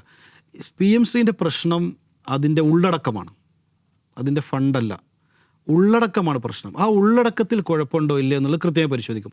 ഉള്ളടക്കത്തിൽ കുഴപ്പമുണ്ടെങ്കിൽ എത്ര ഫണ്ടാണെങ്കിലും അത് വേണ്ടെന്ന് വെച്ച് അതിനെ ഒഴിവാക്കും. ഒരു സംശയം അക്കാര്യത്തിലില്ല. അങ്ങനെ ഒരു നിലപാടിൽ TP അഷ്റഫ് അലി MLA ഉറച്ചു നിൽക്കും, 100% നിൽക്കും. ലീഗും നിൽക്കും, ഞങ്ങൾ എല്ലാവരും നിൽക്കും. ഉള്ളടക്കത്തിൽ എന്തെങ്കിലും വിധത്തിൽ കോംപ്രമൈസ് ചെയ്തുകൊണ്ട് സംഘപരിവാറിൻ്റെ അതല്ലെങ്കിൽ കേന്ദ്ര ഗവൺമെൻറ് സിലബസ് ഞങ്ങൾ തരും, ആ സിലബസ് ഇവിടെ നടപ്പിലാക്കാൻ പറ്റുള്ളൂ, അങ്ങനെ ഇവിടെ PMC നടപ്പിലാക്കുക, അല്ലെങ്കിൽ നിങ്ങൾക്ക് ഞങ്ങൾ education fund, SSK fund, SSA fund ഉൾപ്പെടെയുള്ളതൊന്നും തരില്ല എന്ന് പറഞ്ഞാൽ പോയി പണി നോക്കാൻ പറയും ആ ഫണ്ടിനോട്. ബാക്കി ഫണ്ട് ഞങ്ങൾ കേരളത്തിൽ ഉണ്ടാക്കി കേരളത്തിലെ വിദ്യാഭ്യാസം മുന്നോട്ട് കൊണ്ടുപോകാൻ ഞങ്ങൾക്കറിയാം. ഇതല്ലേ നമ്മുടെ കഴിഞ്ഞ വിദ്യാഭ്യാസ മന്ത്രി V. ശിവൻകുട്ടി പറഞ്ഞത്. അതായത് അങ്ങനെ കോംപ്രമൈസ് ചെയ്യില്ല, പക്ഷേ ഈ പണം നമുക്ക് അവകാശപ്പെട്ടതാണ്, എന്നല്ലേ കഴിഞ്ഞ അത് വിദ്യാഭ്യാസ മന്ത്രി ഒപ്പിട്ട് കഴിഞ്ഞതിന് ശേഷം വിവാദമായപ്പോൾ പറയാണ്. പക്ഷേ എന്താണ് ചെയ്യേണ്ടിയിരുന്നത്? PM ശ്രീ ഒരു പ്രോജക്റ്റ് ഇങ്ങനെ കേന്ദ്ര സർക്കാർ പറയുന്നുണ്ട്, എങ്ങനെ നമ്മൾ നടപ്പിലാക്കണം, അറ്റ്ലീസ്റ്റ് മന്ത്രിസഭ ചർച്ച ചെയ്യണ്ടേ? പൊളിറ്റിക്കൽ തീരുമാനമാണെങ്കിൽ LDF ചർച്ച ചെയ്യണ്ടേ? മറ്റ് കക്ഷികൾ അഭിപ്രായങ്ങൾ പറയണ്ടേ? ഇവിടുത്തെ വിദ്യാഭ്യാസ മേഖലയിലുള്ള അധ്യാപകർ, മാനേജ്മെൻറ്റ്, സ്റ്റുഡൻസ്, വിദ്യാർത്ഥി സംഘടനകൾ, ഇവരോടൊക്കെ ഇതിൻ്റെ അഭിപ്രായങ്ങൾ ചോദിക്കണ്ടേ? എന്നിട്ടൊരു കൺസെൻസസ് ഉണ്ടായിട്ട് വേണമല്ലോ നടപ്പിലാക്കാൻ. ഇതൊന്നും ചെയ്തിട്ടില്ല. അങ്ങനെയാണെങ്കിൽ ഈ സംഘപരിവാറിനെ അകറ്റി നിർത്തുന്ന കേരളത്തെ സ്വപ്നം കാണുന്നവർ ഈ തെരഞ്ഞെടുപ്പ് കമ്മീഷണറായിട്ട് ശേർഷാദിനാഥിനെ വെച്ചതിൽ എന്താണ് അഭിപ്രായം? നിങ്ങൾക്ക് ശേഷാദിനാഥിനെ കുറിച്ച് അറിയോ? സംഘപരിവാർ ബാക്ക്ഗ്രൗണ്ട് ഉള്ള ഒരു ബേസിക്കലി സംഘപരിവാർ ബാക്ക്ഗ്രൗണ്ട് ഉള്ള ആളാണ് അദ്ദേഹം. അത് എന്താണ് അതിൻ്റെ അത് അങ്ങനെ പറയാനുള്ള കാരണം എന്തോ? പുള്ളി അയാൾ സംഘപരിവാറിന് വേണ്ടിയിട്ട് എവിടെയെങ്കിലും സംസാരിച്ചിട്ടുണ്ടോ? ഇല്ല, പക്ഷെ പുള്ളി അത്രയും ചില സംഘടനകളുടെ ഭാഗമായിരുന്നില്ലേ? ഇല്ല. ഉണ്ടോ? ഉണ്ടെങ്കിൽ അല്ല, പറയൂ. ഇതിനെതിരെ ആദ്യം സംസാരിച്ചതാണ്. അല്ല, ആരോപണങ്ങൾ ആർക്കും പറയാം, ഒരു പുകമറ ഉണ്ടാക്കാം. അതിനപ്പുറത്ത് അദ്ദേഹത്തിന് അതിന് ആരോപണം ഉന്നയിച്ച വ്യക്തി ആരാണ്? കോൺഗ്രസിന്റെ ജനറൽ സെക്രട്ടറി. അല്ല, അതിലൊക്കെ പല എന്ത് ബാക്ക്ഗ്രൗണ്ടിലാണ് അത് പറഞ്ഞെന്നുള്ളതിനെ കുറിച്ചൊക്കെ അന്വേഷിച്ചാൽ നമുക്കതിൻ്റെ കാര്യങ്ങൾ മനസ്സിലാവും. ഇപ്പം നമ്മുടെ ഈ ഒരു അദ്ദേഹം നേരത്തെ സ്റ്റുഡൻറ് ലൈഫിലും മറ്റും SFI ബാക്ക്ഗ്രൗണ്ടുള്ള ആളാണ്. അതിനുശേഷം ലോ മേഖലയിലേക്ക് വന്നതിന് ശേഷം വളരെ ജെന്യൂനായിട്ട് നിരവധിയായ കാര്യങ്ങളിൽ വിധി പറഞ്ഞിട്ടുള്ള ആളാണ്. എത്രത്തോളം എന്ന് വെച്ചാൽ ഇപ്പോൾ കൃപേഷിൻ്റെ, ശരത് ലാലിൻ്റെയും ഒക്കെ ഉൾപ്പെടെയുള്ള അദ്ദേഹം ഒരു 15 വർഷത്തോളം എന്തോ സംഘപരിവാർ ബാക്ക്ഗ്രൗണ്ട് ഉള്ള ഒരു അഭിഭാഷക സംഘടനയിൽ വർക്ക് ചെയ്തിട്ടുണ്ടോ എന്നൊരു ആരോപണമാണ്. ആരോപണമാണ്. ഇതിപ്പോ നമ്മൾ ഒരാളുടെ ഒരു ആരോപണത്തോടുള്ള അഭിപ്രായം അല്ല, അത് നമുക്കിപ്പോൾ ഒരാളൊരു കുറിയിട്ട് എന്നും നടക്കുന്ന ഒരാളെ സംഘപരിവാറാക്കാൻ പറ്റുമോ? ഒരു തൊപ്പി വെച്ച് നടക്കുന്ന ഒരാളെ നമുക്ക് പിന്നെ മുസ്ലിം തീവ്രവാദിയാണെന്ന് പറയാൻ പറ്റുമോ? അപ്പോൾ ആളുകളുടെ വേഷങ്ങളും അവരുടെ ലൈഫ് സ്റ്റൈലും കണ്ടുകൊണ്ട് ആളുകളെ നമ്മൾ സംഘപരിവാറാക്കാൻ പാടില്ല. ഏറ്റവും നല്ല വിഷയം അല്ല, അതിലൊക്കെ ഡിഫറൻസ് ഓഫ് ഒപ്പീനിയൻ ഉണ്ട്. എന്തുകൊണ്ട് ആരോപണം ഉന്നയിച്ചു, എന്തുകൊണ്ട് അങ്ങനെ വന്നു എന്നുള്ളതിനെ കുറിച്ചൊക്കെ ഡിഫറൻസ് ഓഫ് ഒപ്പീനിയൻ പാർട്ടിക്കിടയിൽ തീർച്ചയായിട്ടും ചർച്ച ചെയ്യപ്പെടും. ശരിക്കും അങ്ങനെ ഞാൻ നേരത്തെ പറഞ്ഞ പോലെ ഒരു പ്രതികരണ ശേഷി അല്ലെങ്കിൽ ഒരു വീര്യം കുറഞ്ഞിട്ടുണ്ടോ ലീഗ് പ്രവർത്തകർക്ക് അല്ലെങ്കിൽ ലീഗ് MLA മാർക്ക്? അല്ല, ഞാൻ നേരത്തെ പറഞ്ഞല്ലോ, നമ്മള് വീര്യം കുറയാന്ന് പറഞ്ഞാല് എല്ലാത്തിനും ചാടി കയറി. ഞാൻ ആ വീര്യം കുറഞ്ഞു എന്ന് പറഞ്ഞപ്പോ എന്റെ മനസ്സിൽ വന്നത് KM ഷാജിന്റെ മുഖമാണ്.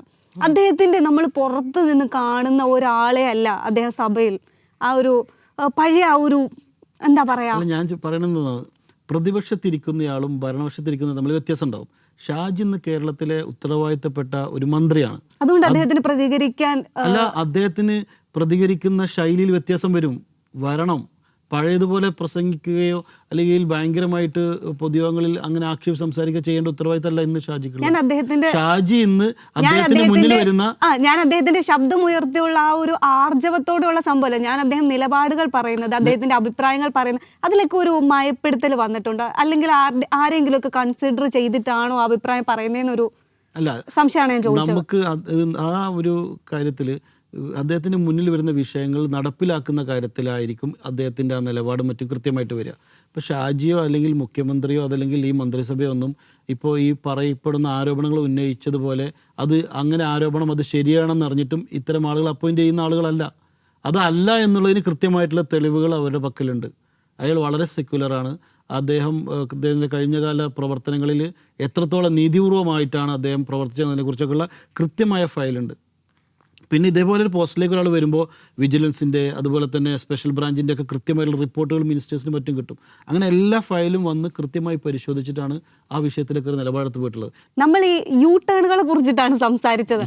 അതായത് ഞാൻ ഈ പറഞ്ഞ പോലെ KM ഷാജി ആണെങ്കിലും ഈ പറഞ്ഞ ലീഗ് നേതാക്കളാണെങ്കിലും നമ്മൾ ഒന്ന് പിന്നിലോട്ട് നോക്കുകയാണെന്നുണ്ടെങ്കിൽ പല കാര്യങ്ങൾക്കും പല അഭിപ്രായങ്ങൾ. അതായത് ഒരു കാര്യം വന്നിട്ടുണ്ടെങ്കിൽ അവിടെ എന്തെങ്കിലും ഒരു വിമർശനം ഉണ്ടാവും, എന്തെങ്കിലും ഒരു ആരോപണം ഉണ്ടാവും.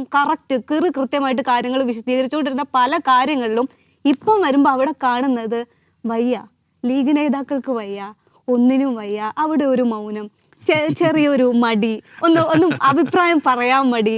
അതെന്തുകൊണ്ടാണ്? അതും ഈ പറഞ്ഞ LDFകാരാണെങ്കിലും കമ്മ്യൂണിസ്റ്റ് അനുഭാവികളാണെങ്കിലും എന്തെങ്കിലും പ്രശ്നം വന്നാൽ നമ്മൾ കോൺഗ്രസ്സുകാരോട് ചോദിക്കുന്നതല്ല കാണുന്നത്. അത് ആദ്യം ക്വസ്റ്റ്യൻ വരുന്നത് ലീഗുകാരോടാണ്. അപ്പൊ ആ പാപഭാരം ചുമന്നുകൊണ്ട് ഉള്ള ജീവിതം എങ്ങനെയാണ്? നിങ്ങളിപ്പോൾ മൊത്തത്തിലുള്ള ഒരു പ്രത്യാരോപണങ്ങളുടെ ഒരു ഭാഗത്ത് നിന്നുകൊണ്ട് മാത്രമാണ്. പക്ഷെ ആ വിഷയത്തെ ആഴത്തിൽ മനസ്സിലാക്കാതെ മാധ്യമങ്ങൾ എപ്പോഴും പ്രതിപക്ഷത്തായിരിക്കണമെന്നാണ്. എന്നാൽ ആഴത്തിൽ മനസ്സിലാക്കിയ ഒരു വിഷയം, ഇപ്പൊ ഈ ബിന്ദു കൃഷ്ണ വെള്ളാപ്പള്ളിയെ പോയി കണ്ട് പുള്ളിക്കാരന്റെ പൊന്നാട അണിയിക്കുന്ന. പൊന്നാട അണിയിക്കുന്ന ഒരു സംഭവം ഉണ്ടായല്ലോ. എന്തുകൊണ്ട് യൂത്ത് ലീഗ് അതിനെതിരെ ഒന്നും പറഞ്ഞില്ല?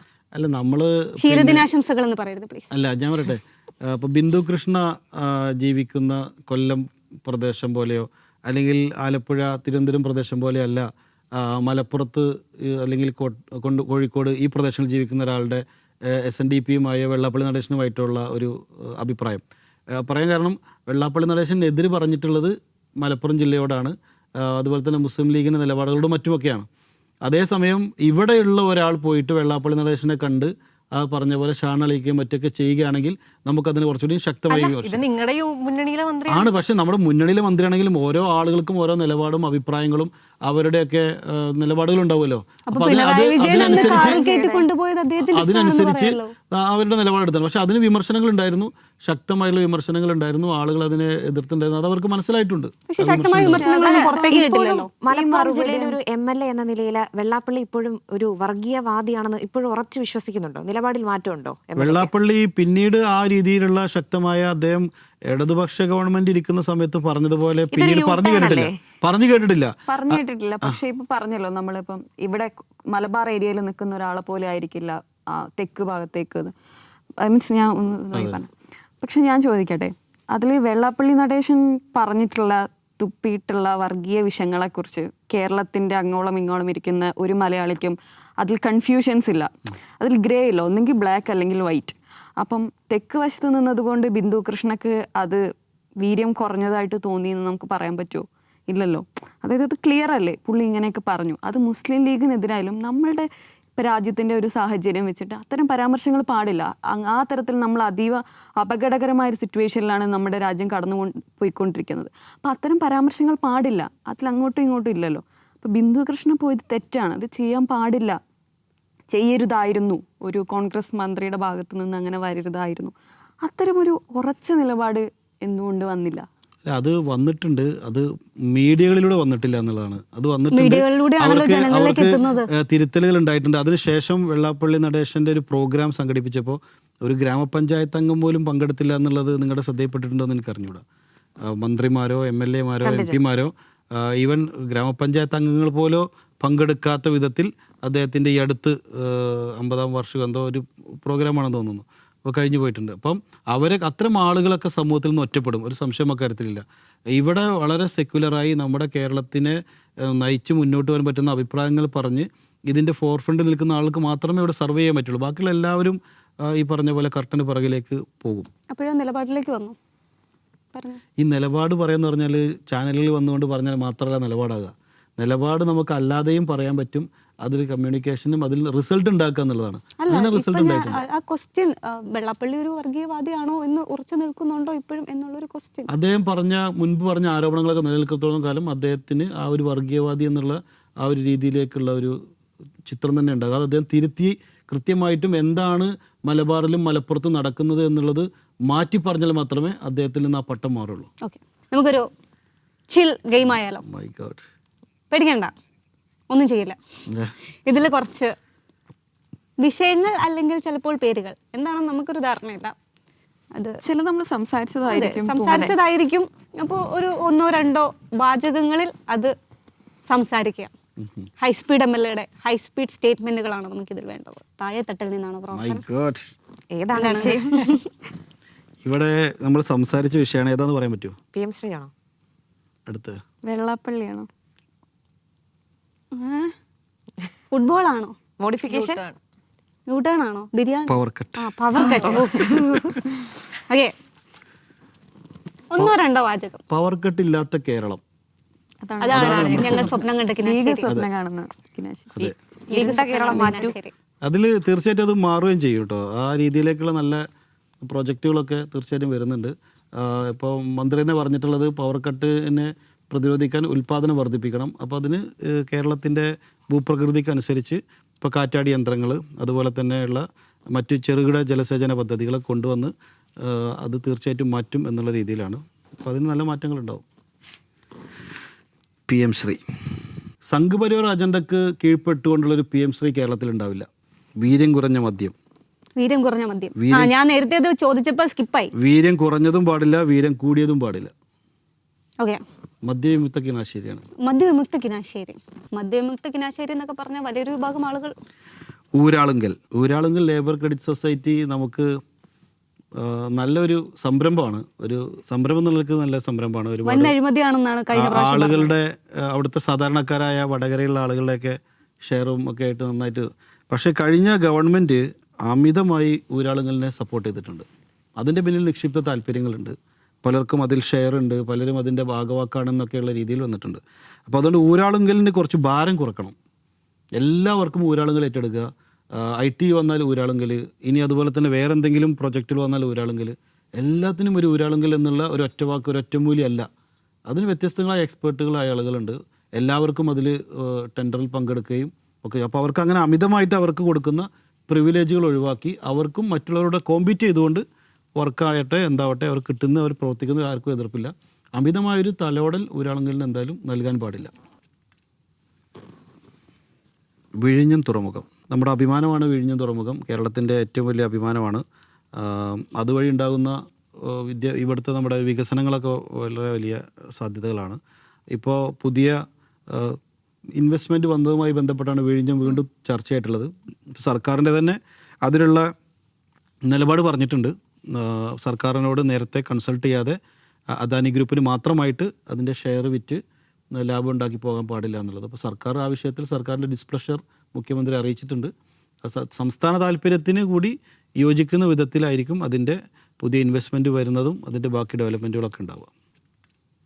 വാഹനം മോഡിഫിക്കേഷൻ ജെൻസികളെ പറ്റിച്ചു പൂക്കി മുഖ്യമന്ത്രി എന്ന ചിരി മാത്രമേ ഉള്ളായിരുന്നു എന്ന ആരോപണം സോഷ്യൽ മീഡിയയിലെ. അല്ല, കുട്ടികളുടെ ആവശ്യങ്ങൾ എന്താ പറയുക, അമ്പിളിമാമനെ പിടിച്ചു കൊടുക്കണം എന്നൊക്കെ പറയുന്ന പോലത്തെ ആവശ്യങ്ങളായിരിക്കും. അപ്പോൾ അത് നമുക്ക് നടത്തി കൊടുക്കുന്നതിന് പ്രായോഗികമായിട്ട് എന്തൊക്കെ പറ്റുന്നുള്ളതനുസരിച്ച് അല്ല, എല്ലാ മോഡിഫിക്കേഷനും റെഡിയാണെന്നും മുഖ്യമന്ത്രി പറഞ്ഞിട്ടില്ലല്ലോ.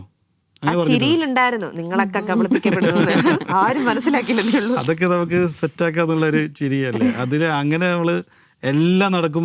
എങ്ങനെ മോഡിഫൈ ചെയ്ത് വണ്ടി ഇറക്കാമെന്ന് പ്രതീക്ഷിക്കുന്നിടത്താണ് തെറ്റ്. നമ്മളൊന്നും അങ്ങനെ അമിതമായി പ്രതീക്ഷിക്കരുത്. അല്ല, എങ്ങനെ തന്നെയാണോ എല്ലാ വാഗ്ദാനങ്ങളും? അപ്പോ തിരഞ്ഞെടുപ്പിന് പറഞ്ഞതൊക്കെ ഇങ്ങനെ തന്നെ. അല്ല, നമ്മളിപ്പോൾ പ്രിയദർശിനി ബസ് ഇംപ്ലിമെൻ്റ് ചെയ്തില്ലേ, അതേപോലെ തന്നെ നമ്മുടെ വയോജന വകുപ്പ് ഇംപ്ലിമെൻ്റ് ചെയ്തു. എന്തെല്ലാം കാര്യങ്ങൾ നടപ്പിലാക്കി പറഞ്ഞ പിന്നെ വാഗ്ദാനങ്ങളിൽ. അപ്പോൾ ഇതിൽ തന്നെ ഇപ്പം നമ്മുടെ CP ജോൺ മിനിസ്റ്റർ പറഞ്ഞ മറുപടി സെൻട്രൽ ഡിപ്പാർട്ട്മെൻറ്റ് കൂടി ചേർന്നുകൊണ്ടാണ് ഇതിൻ്റെ നിയമമുള്ളത്, കേരളത്തിന് മാത്രമായിട്ടല്ല. അപ്പോൾ അതുകൊണ്ട് ചെയ്യാൻ പറ്റുന്ന കുറേ മോഡിഫിക്കേഷൻസ് പറ്റുന്ന അദ്ദേഹം ലിസ്റ്റ് ഔട്ട് ചെയ്തിരുന്നു. ഞാൻ ഏതൊക്കെയെന്ന് ഞാൻ ഓർക്കുന്നില്ല. എന്തായാലും മോഡിഫിക്കേഷൻ തീരെ പാടില്ല എന്ന അഭിപ്രായം സർക്കാരിനില്ല. ഇതിൻ്റെ അകത്ത് നിന്നുകൊണ്ടുള്ള മോഡിഫിക്കേഷനൊക്കെ. അപ്പോൾ ഭരണത്തിലേറി 10 ദിവസം കഴിഞ്ഞപ്പോഴത്തേക്ക് ആളുകൾ ഇതെന്തൊരു പൂക്കിത്തരമാണെന്ന് ചോദിച്ചത് വെറുതെ അല്ല. സർവകലാശാല കാവ്യവൽക്കരണം അത് അതിശക്തമായ അതിശക്തമായി വിയോജിപ്പുള്ള ഒന്നാണ്. ഇപ്പം നമ്മുടെ ചാൻസലർ കൂടിയായിട്ടുള്ള ഗവർണർ തീരെ ആലോചിക്കാതെ ഈ വിധത്തിലുള്ള അപ്പോയിൻമെൻറ്റുകൾ നടത്തുന്നത് ഒരിക്കലും തന്നെ ശരിയായ നിലപാടല്ല. അങ്ങനെ ചാൻസലർ നടത്തുകയാണെങ്കിൽ ചാൻസലറെ മാറ്റി മുഖ്യമന്ത്രി ചാൻസലർ ആകുന്നതോ അല്ലെങ്കിൽ വിദ്യാഭ്യാസ മന്ത്രി ചാൻസലർ ആകുന്നതോ ഒക്കെ ഉൾപ്പെടെയുള്ള മാറ്റങ്ങൾ കേരളം പരിഗണിക്കണം. അതല്ലാണ്ട് എല്ലാ വർഷവും ഇങ്ങനെയുള്ള മാറ്റങ്ങൾ വരുമ്പോൾ ചാൻസലർ മാത്രം അദ്ദേഹത്തിൻ്റേതായിട്ടുള്ള ഒരു അഭിപ്രായത്തിൽ VC വെക്കുക, സിൻഡിക്കേറ്റിനെ വെക്കുക എന്ന് പറയുന്നത് ഒരിക്കലും അംഗീകരിക്കാൻ പറ്റുന്ന ഒന്നല്ല. അതേപോലെ തന്നെ ഈ സിലബസിലും ഇപ്പോൾ ഇടതുപക്ഷം ഉള്ള സമയത്തും കണ്ണൂർ സർവകലാശാല സിലബസിൽ കാവ്യവൽക്കരണം ഉണ്ടായിട്ടുണ്ട്. അപ്പോൾ അത് കാവ്യവൽക്കരണം അല്ലെങ്കിൽ ലീഗ് വൽക്കരണം അല്ലെങ്കിൽ കോൺഗ്രസ് വൽക്കരണം അല്ലെങ്കിൽ എന്താ പറയുക മാർക്സിസ്റ്റ് വൽക്കരണം, ഒരു വൽക്കരണങ്ങളും പാടില്ല. ജെന്യൂനായ ഹിസ്റ്ററി, കുട്ടികൾ പഠിക്കേണ്ട സിലബസ് അത് പഠിപ്പിക്കണം. പക്ഷേ കഴിഞ്ഞ സർക്കാരിന്റെ കാലത്ത് നോക്കുവാണെങ്കിൽ ഇപ്പം MSFO യൂത്ത് ലീഗോ ഗവർണർക്കെതിരെ നടത്തുന്ന ഒരു പ്രതിഷേധമൊന്നും ഇപ്പം കാണുന്നില്ല. അതെന്തുകൊണ്ടായിരിക്കാം? പ്രതിഷേധങ്ങൾ ഉണ്ടായിട്ടുണ്ടല്ലോ. ഈ വിഷയത്തിലൊക്കെ എല്ലാവരും ഈ വിഷയത്തിലൊക്കെ ശക്തമായ പ്രതിഷേധങ്ങൾ തന്നെ ഉണ്ടായിട്ടുണ്ട്. അല്ല, ഇതൊന്നും ഒരു നിലക്കും അംഗീകരിക്കാൻ പറ്റാത്തതാണ്. ശക്തമായിട്ട് എതിർക്കേണ്ടതാണ്. അത് MSFO യൂത്ത് ലീഗ് മാത്രമല്ല, എല്ലാവരും ഒന്നിച്ച് എതിർക്കേണ്ട കാര്യമാണ്. ഞാൻ നേരത്തെ പറഞ്ഞില്ല, അതിലിപ്പം ഒരു നിയമനിർമ്മാണം വേണം. കേരളത്തിൻ്റെ ഉന്നത വിദ്യാഭ്യാസ മേഖലയിൽ സർവകലാശാല തലങ്ങളിൽ ഇതുപോലെ ചാൻസലർമാർ ഗവർണർമാർ ഇടപെടുകയാണെങ്കിൽ ആ സ്ഥാനത്ത് നിന്ന് ഗവർണറെ മാറ്റണം. എന്നിട്ട് അവിടെ മുഖ്യമന്ത്രി ആയിക്കോട്ടെ ചാൻസലർ. അതിൽ ആർക്കും എതിർപ്പുണ്ടാവില്ല. കേന്ദ്രത്തോട് കലഹിക്കാനില്ല, അല്ലെങ്കിൽ ഇപ്പോൾ 5 വർഷക്കാലം ഭരണം ഉണ്ടല്ലോ, അത് കഴിഞ്ഞിട്ടുള്ള കാര്യം നമുക്കറിയില്ല. അപ്പം ഇപ്പോൾ ഞങ്ങൾ തന്നെ തുടരും. അപ്പം ഈ കയറിയ ഉടനെ തന്നെ ഒരു കലഹത്തിലൂടെ തുടങ്ങുന്നില്ല എന്നൊരു നിലപാട് UDF സർക്കാരിനുണ്ടോ? തീർച്ചയായിട്ടും ഉണ്ട്. അത് പറഞ്ഞിട്ടുണ്ടല്ലോ, KM ഷാജി കഴിഞ്ഞ ദിവസം. മുഖ്യമന്ത്രിയും പറഞ്ഞിട്ടുണ്ട്. കാരണം നമുക്ക് ഒരു മധുവിധു കാലം എന്നൊക്കെ പറയുന്നത് പോലെ കയറി വന്ന് ഉടനെ തന്നെ പരസ്പര കോൺഫ്രണ്ടേഷനിലൂടെ പോയി, അതിൻ്റെ ആവശ്യമില്ല. ഇവിടുത്തെ പ്രശ്നം എന്ന് പറയുന്നത് BJP ഭരിക്കുമ്പോൾ അല്ലെങ്കിൽ കേന്ദ്രം ഭരിക്കുന്ന സമയത്ത് അവരിവിടെ അവരുടെ അജണ്ടകൾ നടപ്പിലാക്കാൻ വേണ്ടി സംഘപരിവാർ വൽക്കരണത്തിന് വേണ്ടി ഈ RSS അജണ്ടകൾ കൊണ്ടുവരുന്ന വർഗീയത, ഇതാണ് പ്രശ്നം. അതിനെ ഒരു നിലക്കും അംഗീകരിക്കില്ല, ഒരു സംശയം അക്കാര്യത്തിലില്ല. അതേസമയം കേന്ദ്ര പ്രോജക്റ്റുകൾ നടപ്പിലാക്കില്ല എന്നില്ല, പ്രധാനമന്ത്രിക്കോ ആഭ്യന്തരമന്ത്രിക്കോ കേരളം വരാൻ പാടില്ല എന്നില്ല.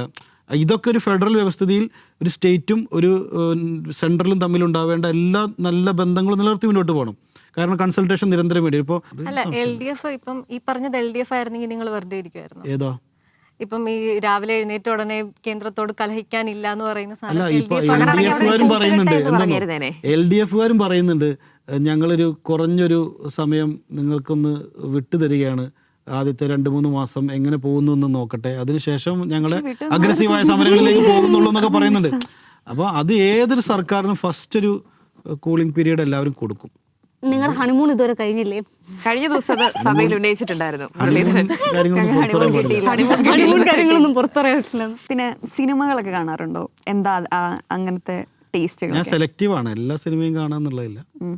സെലക്റ്റീവായിട്ട് ഇപ്പം വളരെ പ്രാധാന്യമുള്ള അല്ലെങ്കിൽ നല്ല റിവ്യൂ ഉള്ള സിനിമകളൊക്കെ കാണാൻ. ലാസ്റ്റ് തിയേറ്ററിൽ പോയി കണ്ടൊരു സിനിമ ഏതാ? ഈ അടുത്ത് കണ്ടിട്ടില്ല, ഇലക്ഷൻ കഴിഞ്ഞതിന് ശേഷമാണ്. ടെലിഗ്രാം വഴിയൊക്കെ സിനിമ കാണാറുണ്ടോ, അതോ തിയേറ്ററിൽ തന്നെയാണോ? അങ്ങനെയല്ല, രണ്ടും കൂടി മിക്സ്ഡ് ആണ്. ഏതാ ഇഷ്ടപ്പെട്ട? അതായത് പഴയ സിനിമകളാണ് നല്ലത്, അങ്ങനത്തെ അഭിപ്രായം ഉണ്ടോ? ഇഷ്ടപ്പെട്ട പുതിയ ട്രെൻഡിങ് ആയിട്ടുള്ള സിനിമകളൊക്കെ ഇഷ്ടങ്ങളാണ്. ഏതാ ഇഷ്ടപ്പെട്ട ഏറ്റവും ഭയങ്കര മെമ്മറി ഉള്ള ഒരു സിനിമ ഏതാ? മെമ്മറിയുള്ള സിനിമ മെമ്മറീസ്. അല്ല, എനിക്ക് പിന്നെ ടൈറ്റാനിക് ഒരു ഭയങ്കരമായ എവർ മെമ്മറബിൾ ആയിട്ടുള്ളൊരു സിനിമയാണ്. അതിൻ്റെ ഒരു അത് മെമ്മറബിൾ ആയുള്ള കാരണം നമ്മൾ പഠിക്കുന്ന സമയത്ത് നമുക്ക് സിലബസിലുള്ളൊരു കാര്യം സിനിമയായി വരുന്നു. അപ്പോൾ അത് ഞങ്ങളന്ന് എല്ലാവരും കൂടെ പോയി കണ്ടൊരു സിനിമയായിരുന്നു. കണ്ടപ്പോൾ ഇതൊന്നും സിലബസിലില്ലല്ലോ. അത് സ്വാഭാവിക സിനിമയാകുമ്പോൾ അതിൻ്റെതായുള്ള കുറച്ച് ഇൻഗ്രീഡിയൻസ് വേറെ വരുമല്ലോ. പക്ഷേ അത് ആ ഒരു റിയലായിട്ട് കുറച്ചുകൂടി അന്നത്തെ സംഭവങ്ങളോടുമൊക്കെ യോജിച്ച് നിൽക്കുന്ന രീതിയിൽ തന്നെ ആയിരുന്നു. അപ്പം അത് MLA ആയ ഒരാളെ ടെലഗ്രാമിലൂടെ സിനിമ കാണുന്നു എന്ന് പറയുമ്പോൾ അവിടെ എന്തോ ഒരു പ്രശ്നമില്ല. കാണുന്നു എന്ന് പറഞ്ഞില്ല, ഞാൻ പറഞ്ഞില്ല, അടിച്ചു യൂട്ടേൺ. അവിടെ നല്ലോണം വാഹനം ഓടിക്കുന്നുണ്ടെന്ന് നമ്മള് ഇടയ്ക്കൊരു കമ്പാരിസൺ വന്നായിരുന്നു. അപ്പോൾ നമ്മൾ പിണറായി വിജയൻ അദ്ദേഹം ഭരിച്ചുകൊണ്ടിരുന്ന കാലത്ത് നോക്കുന്നതെല്ലാം പ്രശ്നമായിരുന്നു. അതായത് പ്രതിപക്ഷത്തിരിക്കുന്നത് നോക്കുന്നതെല്ലാം പ്രശ്നമായിരുന്നു. അതായത് പിണറായി വിജയൻ പോകുന്നത് പ്രശ്നം, അദ്ദേഹത്തിൻ്റെ കാറുകളുടെ എണ്ണം പ്രശ്നം, പിണറായി വിജയൻ തൻ്റെ ലിഫ്റ്റിൽ കയറി പോകുന്നു അത് പ്രശ്നം, പിണറായി വിജയൻ നോക്കുന്നതെല്ലാം പ്രശ്നമായിരുന്നു. പിണറായി വിജയൻ മൈക്കിന് മുമ്പിൽ വന്ന് നിന്ന് അത് പ്രശ്നം, പിന്നെ അദ്ദേഹത്തിൻ്റെ സ്റ്റാഫുകളുടെ എണ്ണം പ്രശ്നം. അങ്ങനെ വരുമ്പോൾ ഇപ്പോൾ ഒരു പേഴ്സണൽ സ്റ്റാഫുകളുടെ ഒരു എണ്ണം സംബന്ധിച്ച് അല്ലെങ്കിൽ പേഴ്സണൽ സ്റ്റാഫുകളുടെ നിയമനം സംബന്ധിച്ച് വലിയൊരു വിവാദവും തന്നെ പറയാം. ഒരു സ്വരച്ചേർച്ചയില്ലായ്മ, ചെറിയ ചില പൊട്ടിത്തെറികൾ അത് ലീഗിൽ നിന്ന് തന്നെ കാണുന്നുണ്ട്. കഴിഞ്ഞ ദിവസം അത് സംബന്ധിച്ചൊരു FB പോസ്റ്റൊക്കെ കണ്ടിരുന്നു, അത് ശ്രദ്ധിച്ചിരുന്നു? പിണറായി വിജയനെ കുറിച്ച് ചോദിച്ചു. അദ്ദേഹത്തിന്റെ അല്ല, പിണറായി വിജയനെ കുറിച്ച് ഞാനൊരു ഇൻട്രോ പറഞ്ഞത്, അതല്ല നമ്മുടെ അല്ല, പേഴ്സണൽ സ്റ്റാഫിന് അതിന് നമ്മുടെ പാർട്ടി ഒരു സിസ്റ്റം ഉണ്ടാക്കിയിട്ടുണ്ട്. ആ സിസ്റ്റത്തിനനുസരിച്ച് ലിസ്റ്റ് ചെയ്തിട്ടാണ് പിന്നെ അപ്പോയിന്റ്മെന്റുകൾ ഒരു നടന്നുകൊണ്ടിരിക്കുന്നത്. പോസ്റ്റ് വന്നത് MSF-ന്റെ സംസ്ഥാന വൈസ് പ്രസിഡന്റ് അത് സൊമാറ്റോയോ. അത് ഞാൻ പറയുന്നതാണോ, അപ്പോൾ MSF-ന്റെ പ്രസിഡന്റ് ആവട്ടെ ജനറൽ സെക്രട്ടറി ആവട്ടെ, ഒരു തൊഴിലെടുത്ത് ജീവിക്കുക എന്ന് പറയുന്നത് ചെറിയ കാര്യമല്ലല്ലോ, അത് അപ്രീഷിയേറ്റ് ചെയ്യേണ്ട കാര്യമല്ലേ. തീർച്ചയായും അത് അതുപോലെ തന്നെയാണ്. സ്വിഗ്ഗി ഇപ്പോൾ പുതിയ കാലത്ത് ഗിഗ് വർക്കേഴ്സ് എന്ന രീതിയിൽ ഇപ്പോൾ ഫുൾ ടൈം ഇപ്പോൾ രാഷ്ട്രീയ പ്രവർത്തനം നടത്തുന്ന ഒരാളെ സംബന്ധിച്ചിടത്തോളം ഫുൾ ടൈം രാഷ്ട്രീയ പ്രവർത്തനം ആകുമ്പം ഒരു ജോലി ഫുൾ ടൈം ചെയ്യാൻ പറ്റാത്ത സാഹചര്യങ്ങളുണ്ടാവും. അപ്പോൾ അതിൻ്റെ പകരമായി ചില ഈവനിങ് ആയിട്ടോ അല്ലെങ്കിൽ ഒരു പാർട്ട് ടൈം ആയിട്ടോ ഒക്കെ ആ ഒരു ജോബ് അയാൾ ചെയ്യുന്നുണ്ടെങ്കിൽ നമ്മൾ അവരെ അപ്രീഷിയേറ്റ് ചെയ്യാണ് ചെയ്യേണ്ടത്. പക്ഷെ അത് അപ്രീസിയേഷൻ്റെ അല്ല, നമ്മൾ അതിലെന്താ പ്രശ്നം വന്നതെന്നോ, ഇങ്ങനത്തെ ആളുകൾക്ക് സർക്കാർ ജോലി അല്ലെങ്കിൽ ഈ പറഞ്ഞ പോലെ പിന്നെ പാർട്ടി സ്റ്റാഫിൽ കൊടുക്കേണ്ട എന്നൊക്കെ രീതിയിലുള്ള ഒരു വിമർശനമാണ് ആ പോസ്റ്റിൽ വന്നത്. അദ്ദേഹം സ്റ്റാഫിൽ പിന്നെ അംഗമാകുന്നതിന് വേണ്ടി താല്പര്യം അറിയിച്ചിട്ടുണ്ടോ ഇല്ലയോ എന്നുള്ളതൊക്കെ ഇതിൽ നോക്കേണ്ട കാര്യമാണ്. അങ്ങനെ താല്പര്യം അറിയിച്ചിട്ടും അല്ലെങ്കിൽ ലിസ്റ്റിലുണ്ടായിട്ടും എടുക്കാതെ അതിൻ്റെയൊക്കെ ഭാഗമായിട്ട് ഇങ്ങനെ ഒരു ജോലിയോ മറ്റോ കിട്ടാതെ അദ്ദേഹം ഈ ഒരു ജോലിക്ക് പോവുകയാണെങ്കിൽ അവിടെ ഒരു പ്രശ്നമുണ്ട്, അത് പരിഗണിക്കേണ്ട വിഷയമാണെന്നുള്ള പ്രശ്നമുണ്ട്. അതേസമയം നേരത്തെ തന്നെ ആക്റ്റീവായി പൊളിറ്റിക്സിൽ നിൽക്കുന്ന ആളുകൾ പാർട്ട് ടൈമായിട്ട് ഇതുപോലെ പല ജോബ്, ഇപ്പം ഞാനൊക്കെ പല പാർട്ട് ടൈം ജോബ് ചെയ്തിട്ടുള്ള ആളുകളാണ്. അങ്ങനെ ചെയ്യുന്നത് നമ്മുടെ ഇൻകം ഏണിങ്ങിന് അത് അനിവാര്യമായിട്ടുള്ള ഒന്നാണ്. അപ്പോൾ അതുകൊണ്ട് അങ്ങനെ ജോലി ചെയ്യുന്നത് വിമർശിക്കേണ്ട അല്ലെങ്കിൽ ജോലി ചെയ്യാൻ പാടില്ലാത്തതാണെന്ന് പറയുന്ന ഒരു ജോലിയല്ല ശൈലി. നമ്മുടെ വിഷയം, പക്ഷെ പരിഗണനയിൽ പോലും അവരൊന്നും വന്നിട്ടില്ല എന്നൊരു ആരോപണമുണ്ട്. അല്ല, അത് ഞാൻ പറഞ്ഞല്ലോ, ഈ പറഞ്ഞ പോലെ അദ്ദേഹം പരിഗണിക്കാൻ ഈ പറഞ്ഞ പോലെ എന്തെങ്കിലും അപേക്ഷ കൊടുത്തിട്ട് കാത്തിരിക്കുകയാണോ കൊടുത്തിട്ടുണ്ടോ എന്നുള്ളത് ഞാൻ അതിൻ്റെ കൃത്യമായിട്ടുള്ള ഇൻഫർമേഷൻ എൻ്റെ അടുത്തില്ല. അല്ല, അങ്ങനല്ല. അപ്പൊ അതൊരു പുറത്തേക്ക് പോകുന്ന ഒരു മെസ്സേജ് അങ്ങനെ ആയിരിക്കില്ലേ? അദ്ദേഹം ഒരു പദവിയിലിരിക്കുന്ന ആളാണ്, അതായത് സംസ്ഥാന വൈസ് പ്രസിഡന്റ് ആണ്. അദ്ദേഹത്തിനെ പോലും പരിഗണിക്കാത്ത ഒരു സംഘടന അല്ലെങ്കിൽ ഒരു നേതൃത്വം എങ്ങനെയാണ് ഈ താഴെ തട്ടിലുള്ള പ്രവർത്തകരെ പരിഗണിക്കുക എന്നുള്ളൊരു സംഭവം അവിടെ വരില്ലേ? സംസ്ഥാന വൈസ് പ്രസിഡന്റ് ആകാത്ത അല്ലെങ്കിൽ താഴേക്കടയിൽ പ്രവർത്തിക്കുന്ന എത്രയോ ആളുകൾ പരിഗണിച്ചിട്ട് അവരൊക്കെ ഇപ്പോൾ സ്റ്റാഫിലുണ്ട്, അവരൊക്കെ പല രീതിയിലുള്ള ജോലിയിലും മറ്റൊക്കെ ഉണ്ട്. അപ്പം ഈ പറയുന്ന ആളുകൾ അങ്ങനെ ജോലിക്ക് വേണ്ടിയിട്ട് പാർട്ടിയോട് സമീപിച്ചിട്ടുണ്ടോ ഇല്ലേ എന്നുള്ളതാണ് ഒന്ന്. സമീപിച്ചിട്ടും നൽകാത്തതാണെങ്കിലാണ് ഈ പറയുന്ന വിഷയം ഉദിക്കുന്നുള്ളൂ. MLA സ്റ്റാഫ് നിയമനങ്ങളൊക്കെ എങ്ങനെയായിരിക്കും? അത് പാർട്ടിക്കാർ തന്നെയാണോ? പാർട്ടി നമ്മൾ ആലോചിച്ചിട്ടാണ് ചെയ്യുക. ഡ്രൈവർ എല്ലാവരും കൂടി ആലോചിച്ചിട്ട് ചെയ്യും. അവിടുത്തെ കോൺസ്റ്റിറ്റ്യുവൻസിയിലുള്ള പാർട്ടി ലീഡേഴ്സുമായിട്ട് ആലോചിക്കും, അതുപോലെ തന്നെ മുസ്ലിം ലീഗിൻ്റെ മറ്റ് ലീഡേഴ്സൊക്കെ ആയിട്ട് ആലോചിച്ചിട്ടാണ് ചെയ്യുക. വെറുതെ വന്ന് എയറിൽ കയറി പോയ ഒരു MLA നമുക്കുണ്ട്. വെറുതെ RT ഓഫീസിൽ പോയി അവിടുന്ന് നേരെ എയറിൽ പോയ ഒരു MLA കുറിച്ചിട്ട് കമന്റുകൾ വന്നിട്ടുണ്ടായിരുന്നു. ഞാൻ കമന്റ് പറയും. എച്ചി ആവശ്യമില്ലാത്ത വിളിച്ചിരുത്തിയിട്ട് എന്തൊക്കെയാണ് പറയുന്നത്? സ്ഥാനങ്ങൾ മോഹിക്കുന്നു. ഇപ്പോഴേ വേണം ഈ ഒരു അങ്ങനെയൊക്കെ ഉണ്ടായിരുന്നു, ഞാൻ കണ്ടിട്ടില്ല. ഇഷ്ടംപോലെ ഞാൻ കാണിച്ചില്ല, ഇഷ്ടംപോലെ. പക്ഷേ കമന്റ് ചെയ്തിട്ടും വിമർശിച്ചിട്ടും അവരെനിക്ക് എന്താ പറയാ, ഒരു ചുരുങ്ങിയത് ഒരു 1 മില്യൺ വ്യൂവേഴ്ഷിപ്പ് അവർ തന്നെ തന്നിട്ടുണ്ട്. അതിന്റെ ആദ്യഘട്ടം ഒരു ഓർഗാനിക്കായ ഒരു വ്യൂവർഷിപ്പ് ഉണ്ടായിരുന്നു.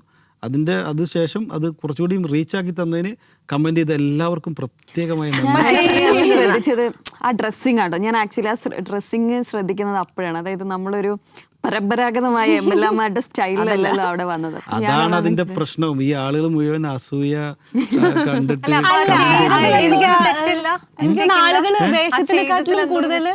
ചെയ്തതിൽ നിങ്ങളതിൽ ആദ്യം മനസ്സിലാക്കേണ്ടത് അതിന്റെ അങ്ങനെ ഒരു പ്രോട്ടോകോൾ ഉണ്ടോ ഇല്ല എന്നുള്ളതാണ്. ഇപ്പം നമ്മളൊരു ഓഫീസിലേക്ക് പോവുകയാണെങ്കിൽ ആ ഓഫീസിലെ ആളുകൾ നമ്മളോട് സ്നേഹത്തിൽ അല്ലെങ്കിൽ അവരുടെ താല്പര്യത്തിൽ നിർബന്ധത്തിൽ അവർ നമ്മളെ പിടിച്ചിരുത്തുകയാണ് ചെയ്യുന്നത്. അല്ലാണ്ട് നമ്മൾ അധികാരത്തിൽ മാറി അവിടുത്തെ ജോയിന്റ് RTയോട് മാറിയിരിക്കാൻ പറഞ്ഞു, ഞാനിവിടെ ഇരിക്കണം എന്ന് പറഞ്ഞു അങ്ങനെ കയറിയിരിക്കുന്നു. അങ്ങനെ നമ്മളൊരു അധികാരവും കാണിച്ചിട്ടില്ല.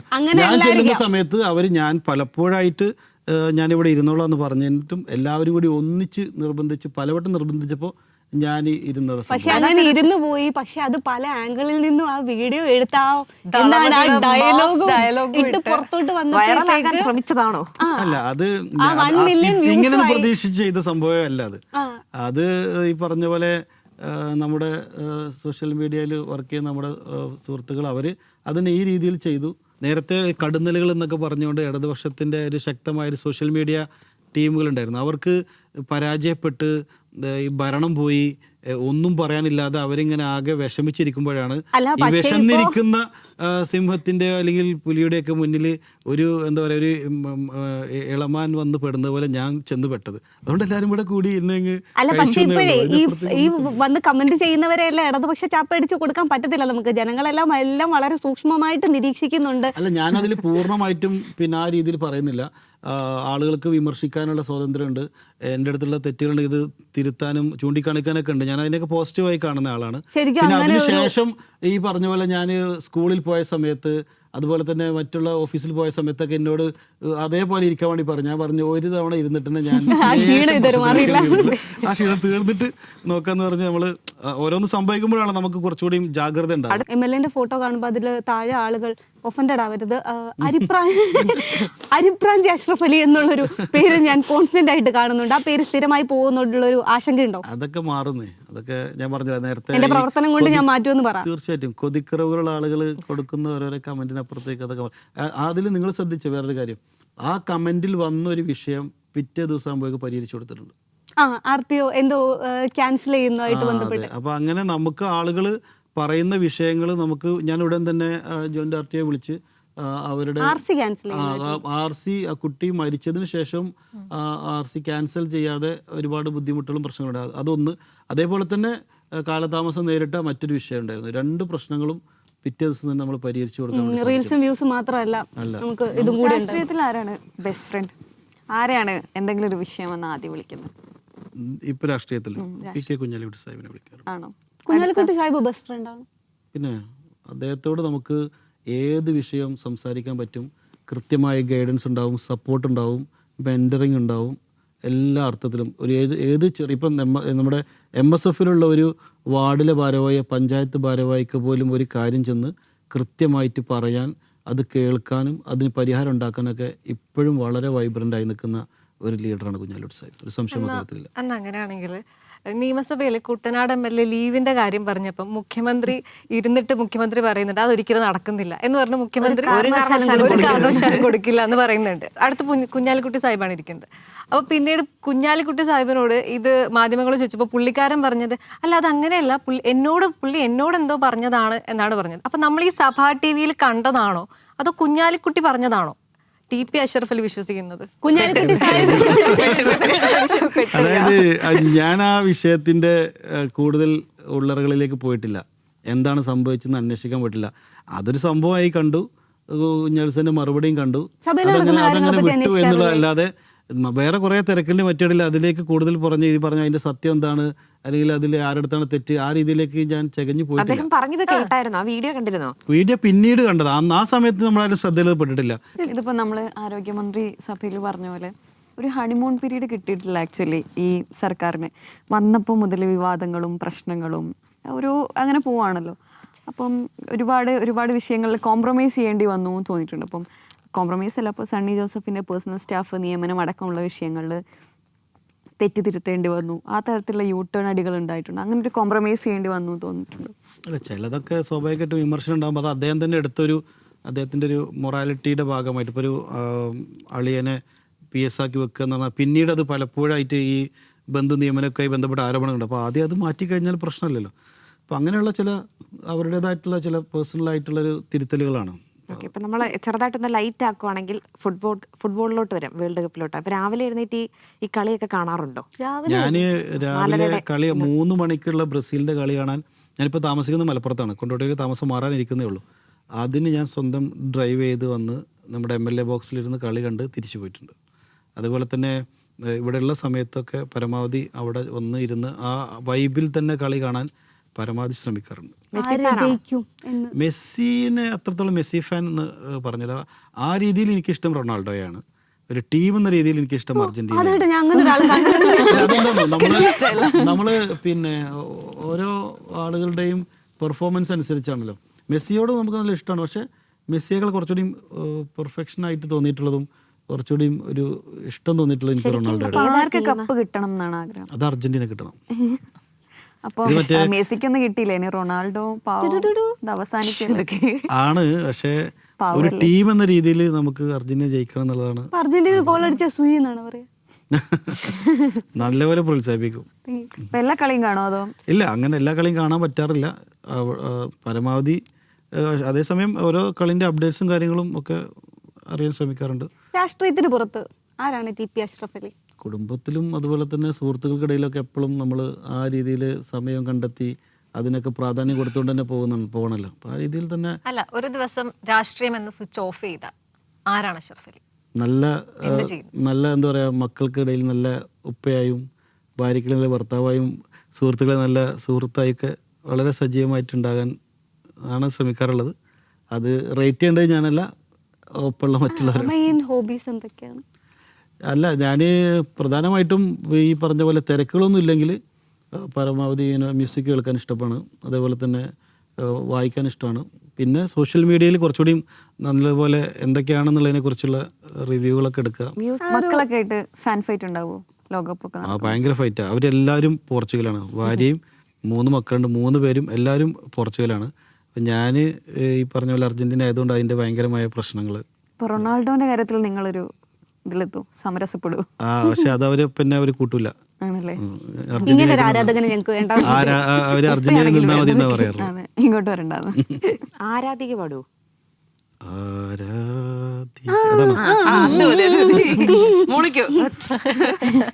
ആവശ്യത്തിലധികം. ആരാധികേ, മഞ്ഞുതീരും വഴിയരികിൽ നാളേറെയായി കാത്തു നിന്നു മിഴി നിറയെ നീ എങ്ങു പോകിലും അകലേക്കുമായലും എന്നാശകൾ തൻ മൺതോണിയുമായി തുഴഞ്ഞരികെ ഞാൻ വരാം.